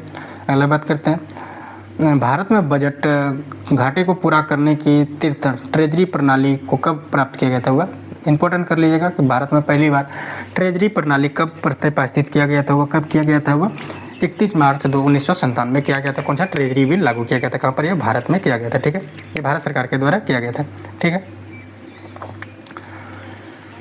अगला बढ़ते हैं, अगला हमारा चैप्टर है, वो अगला चैप्टर हमारा कृषि एवं संबंध क्षेत्र, यानी कहिए एक दो। अगला चैप्टर हमारा कृषि संबंध, मतलब एग्रीकल्चर एंड एलिड सेक्टर है, ठीक है। तो पढ़ते हैं यहाँ से, कृषि क्षेत्र भारतीय अर्थव्यवस्थाओं के लिए प्राथमिक क्षेत्र है, जो कि हम लोग प्राइमरी सेक्टर के नाम से किसको जानते हैं? कृषि क्षेत्र को, जहाँ पर मत्स्य पालन, पशुपालन इत्यादि, मतलब कहिए कि कोई चीज़ का मतलब उत्पादन किया जाता है, तो वह क्या है? प्राइमरी सेक्टर था। भारतीय संविधान के में कृषि को किस सूची के अंतर्गत रखा गया था? और राज्य सूची के अंतर्गत रखा गया था, ठीक है। किसको? कृषि को, ठीक है। 7वीं अनुसूची के अंतर्गत रखा गया, ठीक है। 7वीं अनुसूची में ये दी गई है कि राज्य एवं केंद्र एवं समवर्ती सूचियों के अंतर्गत किन किन चीज़ों को रखा गया है, ठीक है। केंद्रीय बागवानी संस्थान, ठीक है। केंद्रीय बागवानी संस्थान कहाँ स्थापित है? वह नागालैंड में, ठीक है। कृषि मूल्य आयोग की स्थापना किसकी अध्यक्षता में की गई थी? वह प्रोफेसर ML दंतवाला के अध्यक्षता में की गई थी। कृषि मूल्य आयोग का नाम परिवर्तन करके कृषि लागत और मूल्य आयोग का CACP कब किया गया था? वर्ष 1985 में किया गया था, ठीक है। कृषि मूल्य आयोग, ठीक है। कृषि मूल्य आयोग एग्रीकल्चर प्राइस कमीशन की स्थापना किस वर्ष की गई थी? वर्ष 1965 में की गई थी। अंडरलाइन करिएगा, BBI कर लीजिएगा थोड़ा सा, ठीक है। कृषि लागत एवं मूल्य आयोग का मुख्यालय कहाँ है? नई दिल्ली में। तथा भारत में एग्रो इकोनॉमिकल जेंस की कुल संख्या कितनी है? 20 है। अंडरलाइन करिएगा, काफ़ी चैप्टर अपने आप में इंपॉर्टेंट है, ठीक है। भारत के सकल घरेलू उत्पाद में कृषि एवं उससे संबंधित क्षेत्रों का अंश 17.8% रही है। तथा भारत में कृषि शाखा एग्रीकल्चर क्रेडिट का संस्थागत स्रोत पूछा जाए तो वह क्या है?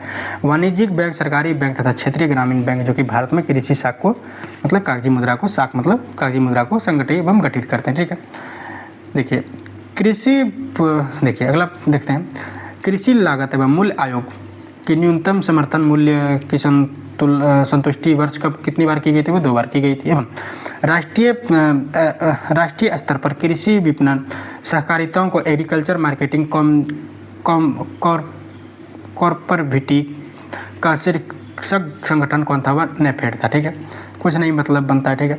कृषि, भारत में कृषि श्रम शक्ति, देखिए भारत में कृषि श्रम शक्ति लेबर फोर्स को प्रत्यक्ष रोजगार प्रदान करता है कितना? 60%। कृषि जो कि भारत को कृषि संबंधित क्षेत्र वह भारत को 60% रोजगार कृषि से व्यक्तियों को मिलता था।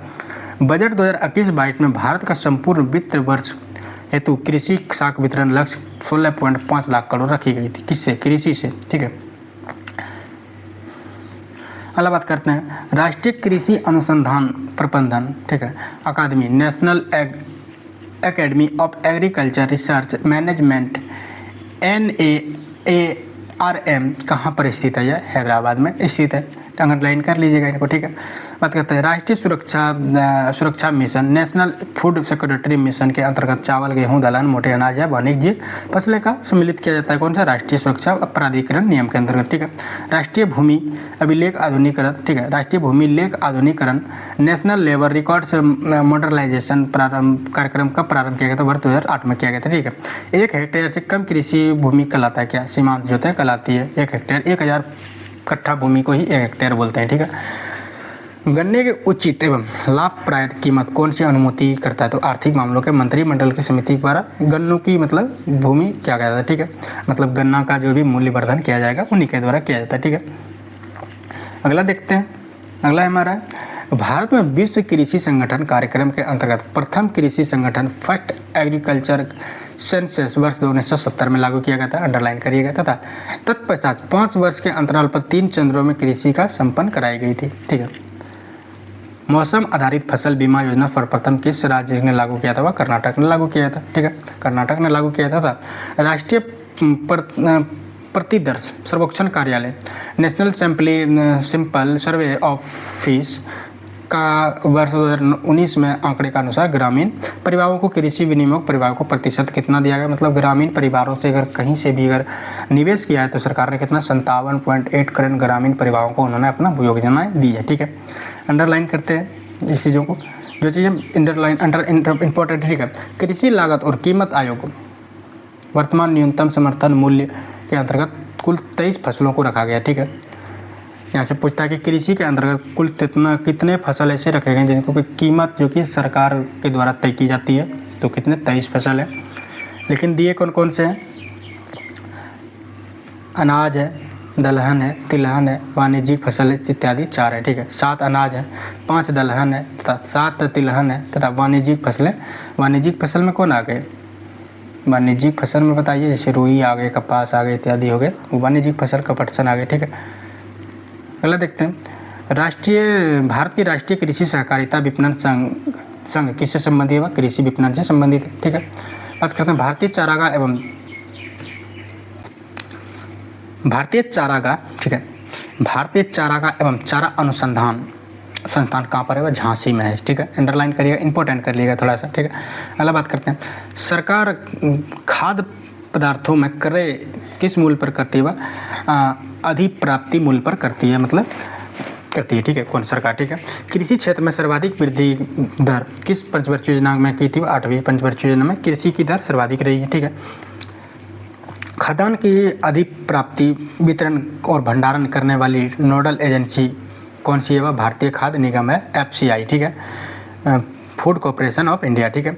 उत्तर प्रदेश कृषि अनुसंधान परिषद कहाँ पर स्थित है? लखनऊ में स्थित है, ठीक है। उत्तर प्रदेश में व्यापक स्तर पर खेती होती है, तो उसी का अनुसंधान केंद्र कहाँ पर? लखनऊ में, ठीक है। प्रथम विश्व खाद्य पुरस्कार पूछा जाता है। प्रथम विश्व खाद्य पुरस्कार 1987 में भारत के कृषि वैज्ञानिक हरित क्रांति प्रोफेसर SF स्वामीनाथन को प्रदान की गई थी। इंपॉर्टेंट कर लीजिएगा। भारत में हरित क्रांति का जनक किसे कहा जाता है? तो वह स्वामीनाथन को कहा जाता है, SM स्वामीनाथन को कहा जाता है। लेकिन उनको कब किया गया था वैज्ञानिक हरित क्रांति का? उनको पुरस्कार कब मिला था? वह 1987 में मिला था। एवं भूमि विकास बैंक द्वारा प्रदान किए जाने वाले कृषि को प्राकृतिक या दीर्घकालिक कहते हैं, ठीक है। भारत में फसलों की बुआई के अंतर्गत शुद्ध क्षेत्रफल लगभग 14.1 करोड़ हेक्टेयर है, ठीक है। देखिए शुद्ध फसल बोली जाती है। भारत की औसत फसल गहनता एवरेज क्रॉप डेंसिटी लगभग कितनी है? तो 139% है, ठीक है। हम बात करते हैं भारत सरकार ने किसानों की आय कब दोगुनी करने का श्रेय रखा? 2022 में रखा था, ठीक है। अगला बढ़ते हैं, लक्ष्य रखा था तो वो 2022 में रखा था। हैंडबुक ऑफ एग्रीकल्चर, ठीक है। हैंडबुक ऑफ एग्रीकल्चर किसके द्वारा प्रकाशित किया गया था? भारत कृषि अनुसंधान के द्वारा प्रकाशित किया गया था। बात करते हैं भारत सरकार के कृषि एवं सहकारिता विभाग को रेनफेड एरिया डेवलपमेंट कार्यक्रम का प्रारंभ किया गया था। 2011-12 में किया गया था। जनसंख्या दबाव प्रचंड बेरोजगारी में भूजोत छोटा आकार में कृषि का निर्माण उत्पादन किया गया था। कुछ चीज़ें यहाँ से संपन्न नहीं हो रही है, जो चीज़ें इंपॉर्टेंट है उनको याद कराते हैं, ठीक है। इंपॉर्टेंट करिएगा इन चीज़ों को। केंद्रीय खाद्य तकनीकी अनुसंधान स्थान कहाँ पर है? वो मैसूर में है, ठीक है। चलिए अगला बढ़ते हैं।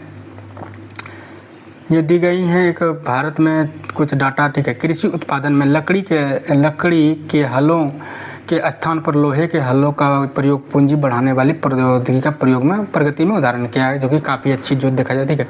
राष्ट्रीय विशेष कृषि उपज योजना मुख्य रूप से किसके संबंधित है? निर्यात, जो कृषि से उत्पादन से संबंधित था। कृषि उत्पादन में मूल्य में नकदी फसलों का योगदान कितना है? तो वह 40% है, ठीक है। एवं व्यक्तियों की संख्या कितनी है? 60% है, ठीक है। एशिया का पहला मेगा फूड पार्क कहाँ पर है? अंडरलाइन और VVI कर लीजिएगा। ये गोतल सूद जो कि रांची में है, ठीक है। एशिया का पहला मेगा फूड का ये तो कार्यालय है, ठीक है। एशिया का पहला मेगा फूड पार्क है, ठीक है। भारत में प्रमुख कृषि है एवं उनका प्रथम स्थान एवं दूसरे स्थान दी गई है, ठीक है। उनके बारे में देख लेते हैं। भारतीय मत्स्य विकास बोर्ड कहाँ पर? हैदराबाद में है। एक बार में देखते हैं तथा राष्ट्रीय चावल अनुसंधान कटक उड़ीसा में, तथा भारतीय डेयरी अनुसंधान केंद्र आनंदा जो कि कहाँ पर है? पंजाब में, ठीक है। भारतीय डेयरी अनुसंधान या करनाल हरियाणा में, तथा भारतीय गन्ना प्रजनन संस्थान कोयम्बटूर में, एवं केंद्रीय कॉफी अनुसंधान कुर्गा एवं कॉफी अनुसंधान केंद्र कहाँ पर है? चिरामंगलूर, तथा जूट कृषि अनुसंधान बैरकपुर, तथा केंद्रीय उर्वरक गुणवत्ता नियंत्रण प्रशिक्षण संस्थान कहाँ? फरीदाबाद में, ठीक है। एक बार हम देखते हैं, याद हो जाएगा। हम बात करते हैं टिड्डी चेतावनी संचार, टिड्डा जो कि हमारे फसलों को बर्बाद कर देते हैं, उसी को चेतावनी देने के लिए संगठन का जो गठन किया गया था वह जोधपुर में किया गया था। तथा कृषि विपणन एवं निरीक्षण अनुदेशालय फरीदाबाद में, तथा राष्ट्रीय पौध संरक्षण एवं प्रशिक्षण संस्थान कहाँ पर? हैदराबाद में, तथा चौधरी चरण सिंह राष्ट्रीय कृषि विपणन संस्थान वहाँ कहाँ पर? जयपुर में। अंडरलाइन कर लीजिएगा इन चीज़ों को, ठीक है। केंद्रीय चारा बीज उत्पादन फार्म कहाँ पर? हैसरघट्टा जो कि कहाँ पर है? कर्नाटक में, तथा विवेकानंद कृषि पर्वतीय कृषि अनुसंधानालय अल्मोड़ा, अंडरलाइन करिएगा इनको, ठीक है। केंद्रीय कृषि अनुसंधान कहाँ पर? पोर्ट ब्लेयर में, तथा लघु किसान कृषि व्यापार संघ कहाँ पर? नई दिल्ली। अगला बात करते हैं, राष्ट्रीय जैव उर्वरक विकास कहाँ पर? गाजियाबाद, तथा डिजीज इन्वेस्टिगेशन लेबोरेटरी कहाँ पर गया? पुणे महाराष्ट्र में, तथा पशु स्वास्थ्य एवं पशु चिकित्सा जैविकी संस्थान कहाँ पर? कोलकाता में, तथा पशु चिकित्सा और जीव विज्ञान संस्थान कहाँ पर? बेंगलुरु, तथा पशु स्वास्थ्य संगठन कहाँ? जलंधर, ठीक है। एवं पशु चिकित्सा जैविकी कहाँ पर? गुवाहाटी, एवं राष्ट्रीय पटसन एवं संबंधित रेशे अनुसंधान कहाँ पर? कोलकाता, तथा भारतीय प्राकृतिक रेजिन्स एवं गम संस्थान कहाँ पर? रांची में। तो यही चीज़ें हमारा था। हम देख लेते हैं एक लाइन नीचे, ठीक है। तो क्या है? प्रथम पंचवर्षीय योजना के लक्षित कृषि कितना था? 2.1%, लेकिन 2.71% प्राप्त हुई थी, ठीक है। उद्योग क्षेत्र है हमारा और लास्ट चैप्टर है हमारा, ठीक है। उद्योग क्षेत्र जो है यहाँ से कहिए तो किसी प्रकार के यहाँ से कुछ चीज़ें देखने के लिए नहीं मिलती है। तो अगला चैप्टर के लिए और हम बढ़ते हैं। अगला चैप्टर हम देख लेते हैं, जो इम्पोर्टेंट चैप्टर है वो हमारा हो गया प्रोवर्टी, ठीक है। बेरोजगारी है, ठीक है। तो देख लेते हैं, गरीबी और बेरोजगारी है जो इम्पोर्टेंट है, ठीक है। देखिए, आर्थिक एवं सामाजिक वंचना का वह स्थिति जिससे समाज की एक वर्ग मूलभूत मानवीय आवश्यकताओं को भोजन, वस्त्र एवं आवास पूर्ति कराने का वह गरीबी कहलाती है, यानी प्रोवर्टी कहलाती है, ठीक है। गरीबी, भारत में गरीबी के अनुमानों का आधार क्या है? तो परिवारों का उपभोग व्यय कितना है, तो उसी के अनुसार हम लोग प्रोवर्टी रूल्स लागू कर सकते हैं, ठीक है। बताइए 2026 के भारत में प्रोवर्टी नंबर कितना, मतलब गरीबी रेखा का दर या संख्या कितनी है, ठीक है। दंडारेख रथ फार्मूला किससे संबंधित है? गरीबी रेखाओं से, तथा ठीक है जो चीज़ें इंपॉर्टेंट है इसमें इंपॉर्टेंट करा देते हैं, ठीक है। लॉरेंज वक्र गिनी गुणांक कब और किसने प्रस्तावित किया था? वह क्रमशः मैक्स ओ लॉरेंज ने 1905 में, तथा कोरेडो निगिनी ने 1922 में किया था। इंपॉर्टेंट तथा बात करते हैं, जो इंपॉर्टेंट उन्हीं चीज़ों को करा लेते हैं, ठीक है। वर्ष 1989 में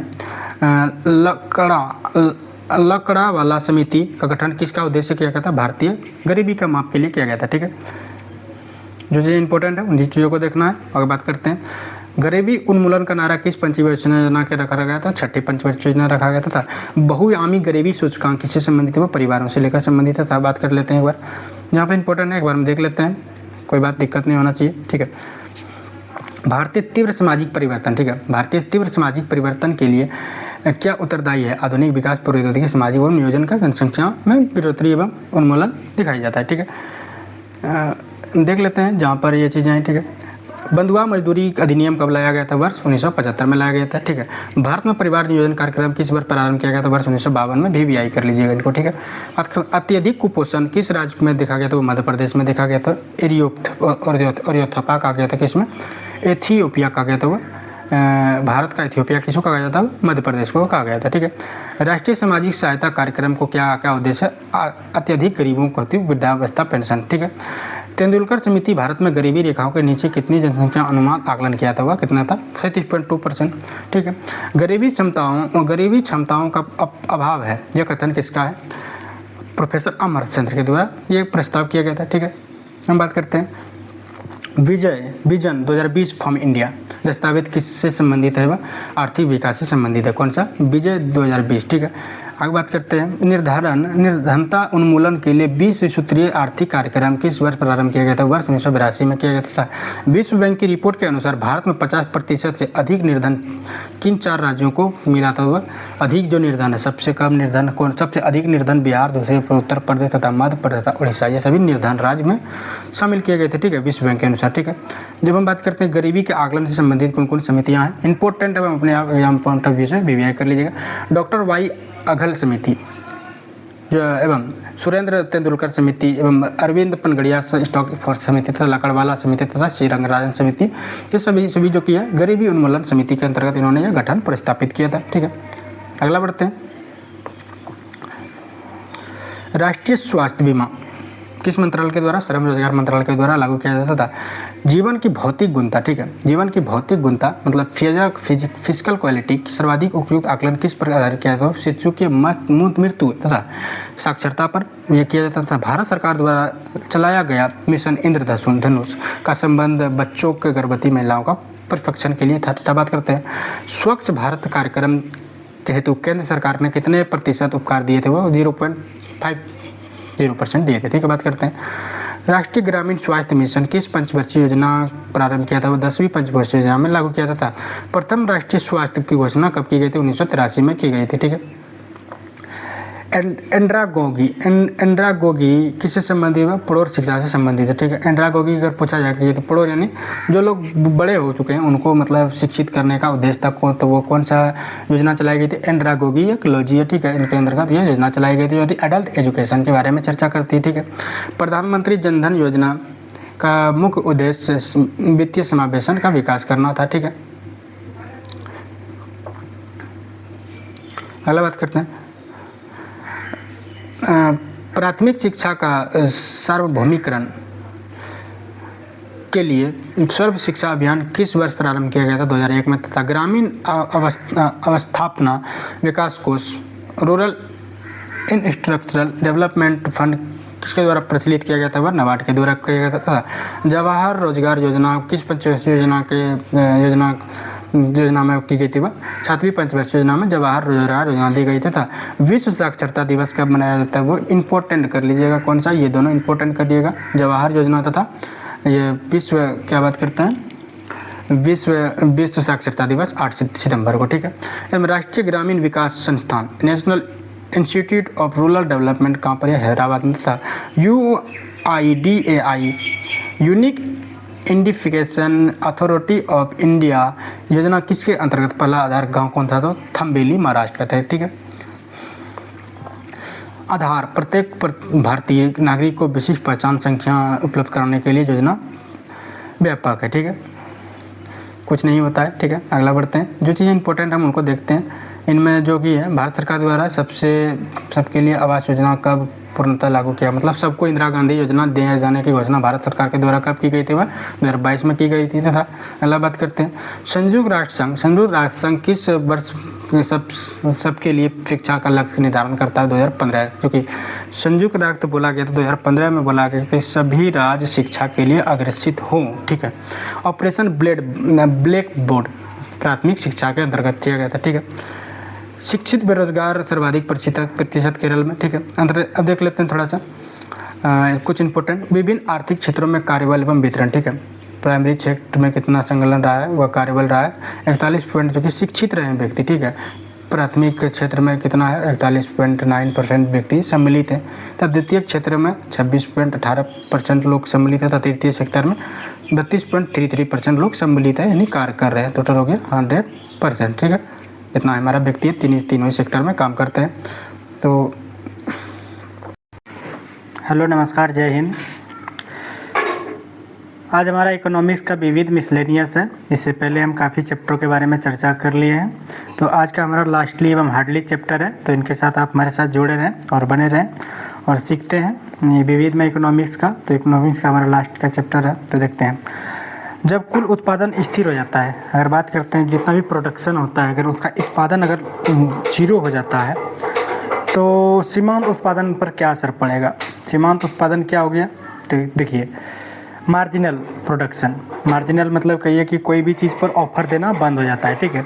जब कुल उत्पादन अगर रुक जाता है तो क्या होता है ऑफर देना बंद हो जाता है, मानी क्या होता है, शून्य हो जाता है। कोई चीज़ों पर अगर प्रोडक्शन करना अगर बंद हो जाएगा तो मार्जिनल ऑफर देना बंद कर देती है कोई भी कंपनी, ठीक है। दीपक पारेख समिति किससे संबंधित है। ये अवसंरचना के विकास से वित्तीय हेतु उपाय सुझाव का उद्देश्य देने के लिए यह दीपक पारेख समिति इससे संबंधित है, ठीक है। वित्तीय हेतु कोई भी मतलब कहिए मनी लॉन्ड्रिंग से मतलब कोई भी सुझाव देने के लिए दीपक पारेख समिति का गठन किया गया था। चलिए कब किया गया था, 1978 में किया गया था, ठीक है। बात करते हैं अगला। ISO 14001 एक अंतर्राष्ट्रीय प्रमाण पत्र है जो कि प्रदूषण नियंत्रण प्रणाली स्थापित करने वाली औषधीय इकाइयों को प्रदान किया जाता है। देखिए ISO जो है 14001 जो है एक अंतर्राष्ट्रीय प्रमाण पत्र है, जिसके अनुसार क्या होता है कि जितने भी प्रदूषण होने वाली जितने भी नियंत्रक प्रणाली होती है या औद्योगिक क्षेत्र होते हैं, उन इकाइयों को ये सर्टिफिकेट अगर प्रदान कर दी जाती है तो उन पर कोई भी सरकार उन पर पाबंदी लगा नहीं सकती है, अर्थात उन पर पाबंदी लगा सकती है। तो डायरेक्टली गई यहाँ से क्वेश्चन क्या बनेगा कि ISO 14001 किससे संबंधित है, ऐसा क्वेश्चन पूछेगा। तो आपको टिक क्या करना है, अंतर्राष्ट्रीय प्रमाण पत्र है किन के लिए, यह औद्योगिक इकाइयों के लिए, मतलब कंपनियों के लिए, फैक्ट्रियों के लिए यह उद्योग है, ठीक है। अगला बढ़ते हैं। व्यापार एवं माल निशान अधिनियम किस वर्ष पारित किया गया था, यह वर्ष 1958 में किया गया था। देखिए व्यापार एवं माल निशान अधिनियम यानी कोई भी कंपनियों का टैग प्रमाणित यानी रजिस्टर करके ही चालू किया जाए, इसका उद्देश्य रखा गया था। इसमें द्वितीय पंचवर्षीय योजना में रखा गया था। और कालखंड की बात करते हैं तो कौन से समय था, वर्ष 1958 में किया गया था, ठीक है। भारत में के प्रतिस्पर्धा आयोग कंपटीशन कमीशन के अध्यक्ष कौन होते हैं, तो कौन होते हैं, अध्यक्ष कौन होते हैं, तो वह केंद्र सरकार के अध्यक्ष होते हैं, जो कि अगर बात करते हैं तो ये 2011 के जनगणना के अनुसार इनका कार्यकाल की अगर बात करते हैं तो ये 6 वर्ष होता है एवं 65 वर्ष होता है, ठीक है। व्यापार एवं माल निशान अधिनियम के जो भी होते हैं, ठीक है। अगर इनकी बात करते हैं तो इनका गठन कब किया गया था, इनका भी गठन 1958 में किया गया था, ठीक है। आगे बढ़ते हैं। एनर्जी स्टैटिक्स का नाम रिपोर्ट कौन प्रकाशित करता है। एनर्जी स्टैटिक का जो नाम रिपोर्ट प्रकाशित करता है वह केंद्रीय सांख्यिकी संगठन के द्वारा यह किया जाता है। एवं गडगिल मुखर्जी सूत्र इंपॉर्टेंट करिएगा, अंडरलाइन करिएगा। गडगिल समिति क्या है एवं गडगिल मुखर्जी समिति क्या है, इसके अंदर हम लोग क्या नापते हैं या क्या हम लोग अनुदेश या उद्देश्य लगाते हैं। तो अधिकतम भार किसे दिया गया था, इसमें अगर बात करते हैं जनसंख्या रिपोर्ट पर ये इन्होंने भार दिया था गडगिल मेहता समिति या गडगिल मुखर्जी समिति भी हम लोग इसको बोलते हैं। वैश्विक भूखमरी सूचकांक ग्लोबल हंगर इंडेक्स में रिपोर्ट का मुख्य घटक क्या है। और हंगर इंडेक्स जो है हमारा, इससे हम लोग क्या अनुमान लगाते हैं कि अल्प पोषण यानी कम भोजन प्राप्त हो रहा है, या शिशुओं में वृद्धारोधन कम हो रही है या कैसी हो रही है, या तो शिशु का मृत्यु रेट क्या है। इन्हीं सब चीज़ों का आंकड़ा लगाने के लिए हम लोग हंगर इंडेक्स जारी करते हैं। तो बताइए, कमेंट करिए एक बार कि 2026 का हंगर इंडेक्स क्या है हमारे इंडिया का, ठीक है, कितने स्थान पे पता। रघुराम राजन समिति की बात करते हैं। रघुराम राजन समिति किससे संबंधित है, जो रघुराम राजन समिति है आर्थिक क्षेत्र से, मतलब इकोनॉमिकल सेक्टर से रघुराम राजन समिति का गठन किया गया। लेकिन इसमें बात क्या किया गया कि जितने भी अन्य पिछड़े लोग हैं उनके लिए एक योजना चलाई जाए, जो कि अन्न पोषाहार योजना, जो उनको दिया जाए भोजन। ये कब चलाई गई थी, तो बताइए कब चलाई गई थी, कमेंट करिए एक बार। जिसके अंतर्गत गर्भ में पल रहे शिशु के लिए रघुराम राजन समिति के अंतर्गत समिति जो चलाई गई थी कमीशन, तो उसी के अंतर्गत क्या किया, जितने भी बच्चे गर्भ में पल रहे होते हैं उनके लिए क्या होता था कि उनके लिए उनके माता जो कि नर्स नॉर्सेट मदर होती थी, मतलब कहिए कि मतलब सेरोगेट मदर, नॉर्सेट मदर जितना, नर्सिंग मदर जितना भी होती है, नर्सिंग मदर वो होती है जो कि एक टीन एज बच्चे को पालती है, यानी 12 साल के कम बच्चे को अगर वो पालने का अगर कार्य कर रही है तो उन मदर को क्या बोलेंगे, नर्सिंग मदर के नाम से जानते हैं। उन्हीं के लिए भारत सरकार योजना चलाई गई थी रघुराम राजन समिति के अंतर्गत, जिसके अंतर्गत आर्थिक योजनाओं को संवेदनशील करके उन पर गरीब महिलाओं एवं ST जो कि शेड्यूल ट्राइब एवं शेड्यूल कास्ट जो है, इन चीज़ों को मतलब पोषाहार उपलब्ध करा गया था। ठीक है, आगे बात करते हैं। व्यय प्रबंधक, देखिए बुक में इतना कंटेंट नहीं है, हम अपने अंदाज से ये बता रहे हैं। ठीक है, इनको याद रखिएगा, थोड़ा सा ध्यान से सुनिएगा। ठीक, व्यय प्रबंधक आयोग क्या है?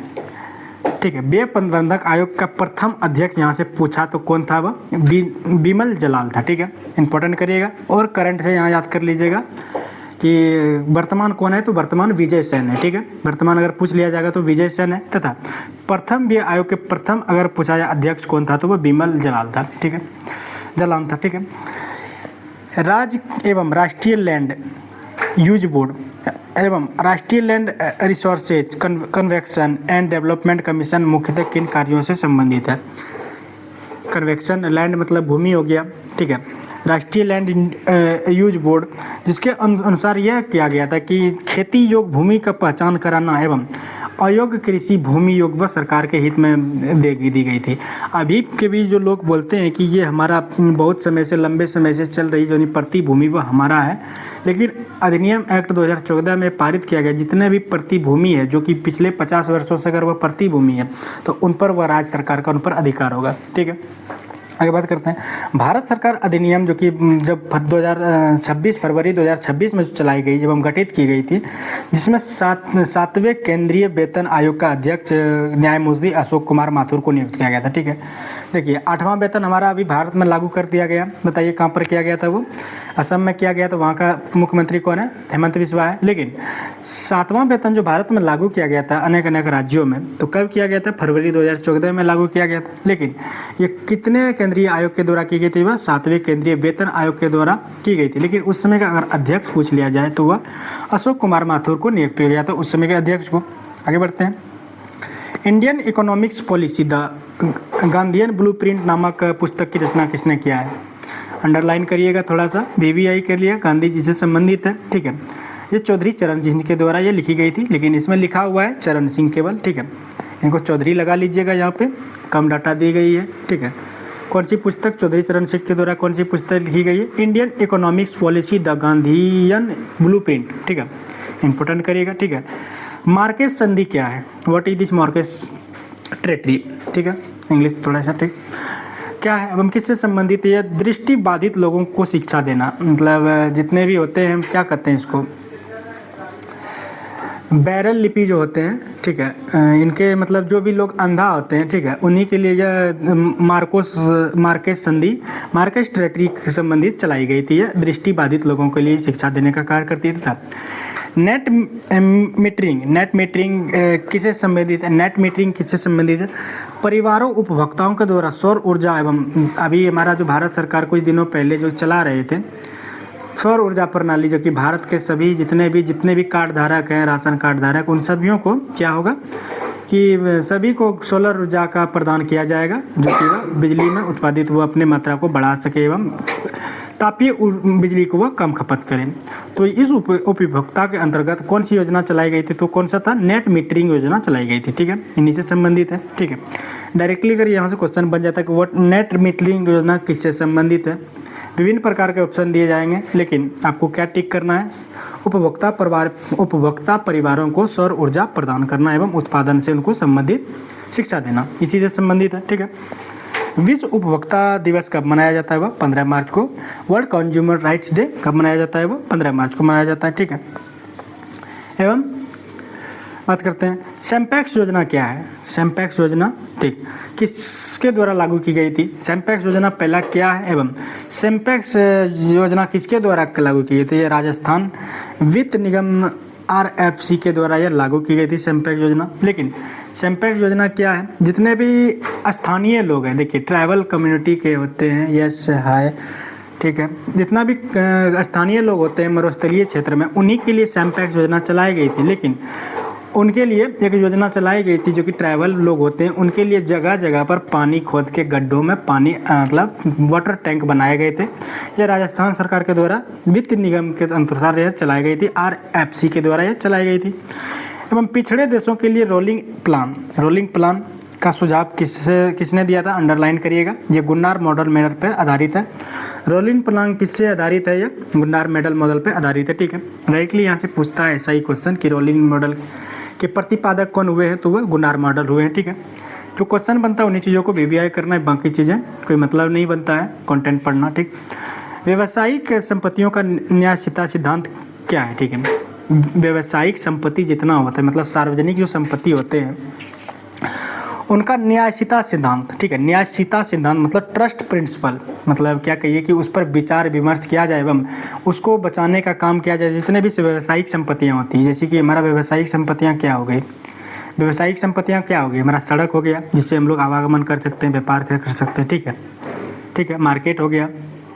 ठीक है, ये चीज़ें जो चीज़ें होती है तो इनका जो कि गठन का सिद्धांत पहली बार अगर प्रस्तावित किया गया तो ये किसके द्वारा किया गया था, यहाँ से ये पूछा जाता है, तो वह महात्मा गांधी के द्वारा किया गया था। ठीक है, बात करते हैं उनका संरक्षण करें, मतलब व्यावसायिक परिसंपत्तियों का संरक्षण करें व्यक्ति एवं इनसे न्याय संगत सिद्धांत स्थापित किया था, मतलब सभियों का समान उस पर अधिकार है। यह महात्मा गांधी के द्वारा यह अधिनियम एक्ट में जोड़ा गया था। ठीक है, किसी देश के आय की पुनरावृत्ति बात करते हैं। किसी देश की जो आय जो होती है पुनरावृत्ति या पुनर्वितरण जो होता है तो करने का सर्वोत्तम मार्ग क्या है, प्रगामी व्यय। ठीक, प्रगामी व्यय क्या होता है, मतलब किसी देश की आय एवं पुनर्वितरण। ठीक है, प्रगामी व्यय होता है क्या है,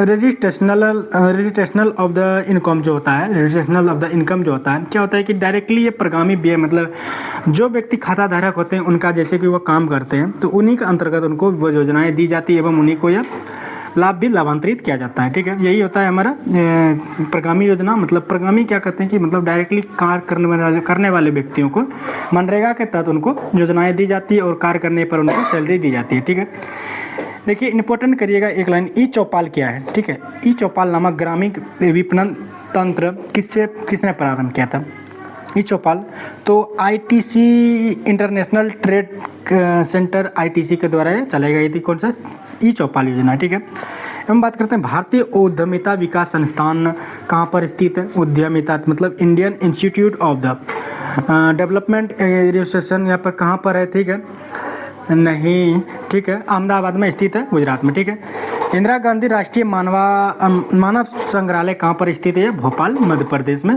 है। ठीक है, बात करते हैं अगला, आर्थिक विकास सामान्यतः किसके साथ सुगमित होता है, वह स्फीति के मतलब स्फीति मतलब जितने भी होते हैं इकोनॉमिकल डेवलपमेंट सामान्यतः किसके साथ युग्म किया जाता है। तो ये कोई भाषाई क्वेश्चन है, इससे हम लोग संबंधित नहीं रखते हैं, स्फीति के साथ ये होती है। ठीक है, आगे बढ़ते हैं, प्लानिंग एंड द पुअर। ठीक है, प्लानिंग एंड द पुअर नामक पुस्तक के रचयिता कौन है या लेखक कौन है, BS मिन्हास लिखे हैं। ठीक है, अंडरलाइन करिएगा, VVI कर लीजिएगा इसको, प्लानिंग एंड द पुअर। ठीक है, इसका लेखक पूछेगा तो कौन है, BS मिन्हास के द्वारा ये पुस्तक लिखी गई था। राष्ट्रीय जन विकास एजेंसी का कब स्थापित की गई थी, देखिए राष्ट्रीय जन विकास एजेंसी स्थापित जुलाई 1982 में की गई थी। इस भी दी गई है एवं कुछ योजनाएं हैं, इनको याद कर लीजिएगा। ठीक है, अगला बात करते हैं, वर्ष 1968 में स्वीडन की केंद्रीय बैंक में अल्फ्रेड नोबेल की स्मृति पर अर्थशास्त्र नोबेल पुरस्कार दिए जाते हैं। अगर आप नोबेल पुरस्कार के बारे में आप अगर पढ़ते होंगे तो डायनामाइट के आविष्कारक थे वह अल्फ्रेड नोबेल, जिनके कि उनके मृत्यु के उपरांत में उनको दिए जाते हैं नोबेल पुरस्कार। ठीक है, उनके जन्म दिवस के दिवस पे। ठीक है, सार्वजनिक वस्तुओं की कीमत निर्धारण हेतु छाया कीमतों मतलब शॉर्डर प्रिंटर की बात करते हैं कि अवधारणा टेबरिंग के द्वारा दी गई। देखिए सार्वजनिक वस्तुओं का छाया प्रति, देखिए इनको समझते हैं निर्धारण करने के लिए, मतलब कोई भी सार्वजनिक वस्तुएं होती है उसमें क्या है, ठीक है, सार्वजनिक वस्तुओं का मतलब पब्लिक गुड्स जो होते हैं, जो पब्लिक मतलब सार्वजनिक परिसंपत्तियां एसेट जो होते हैं, मतलब पब्लिक एसेट जो होते हैं परिसंपत्तियां होती है, तो उनके छाया मतलब छाया कीमत यानी छाया मतलब शोडल डाउन प्राइस की कीमत जो कि बात करता है, तो वह किसके द्वारा स्थापित की गई, तो टिन बर्गिल के द्वारा यह स्थापित की गई थी। कब की गई थी? 1959 में की गई थी, सॉरी 69 में की गई थी। इतना ही चीज़ है। जो इम्पोर्टेंट है, फरवरी 2011 की बात करते हैं। फरवरी 2011 संघीय पेट्रोलियम मंत्री द्वारा भारत का सबसे बड़ा नेफ्था क्रैकर संयंत्र कहाँ पर लगाया गया था या प्रारंभ किया गया था? वह हरियाणा पानीपत में किया गया था। ठीक है, तो आगे बढ़ते हैं। भारत का पहला निवेश और विनिर्माण क्षेत्र कहाँ पर स्थापित की गई थी? आंध्र प्रदेश में। तथा प्रोजेक्ट एरो क्या है? अंडरलाइन करिएगा, ये डाकघर से संबंधित है प्रोजेक्ट एरो। ठीक है, ठीक है। हम बात करते हैं भारतीय पेंटेज कानून, इंडियन पेंटेज लॉ क्या है? यह किस वर्ष लागू किया गया था? यह 1972 में लागू किया गया था। तथा सार्वजनिक निजी साझेदारी मतलब पीपीपी की बात करते हैं, मॉडल अंतर्गत है। यह किससे? गुजरात राज्य से संबंधित है, जो कि रेलवे योजनाओं से संबंधित है। ठीक है, हम बात करते हैं अगला, भारतीय आवासीय कीमतों का सूचकांक रेजिडेक्स कब प्रारंभ किया गया था? रेजिडेक्स यहाँ से डायरेक्टली पूछा है, 2007 में किया गया था प्रारंभ रेजिडेक्स। ठीक है, एवं प्रथा आयोग का अध्यक्ष का गठन कब किया गया था? वह 2003 में किया गया था। इम्पोर्टेंट नहीं है कुछ।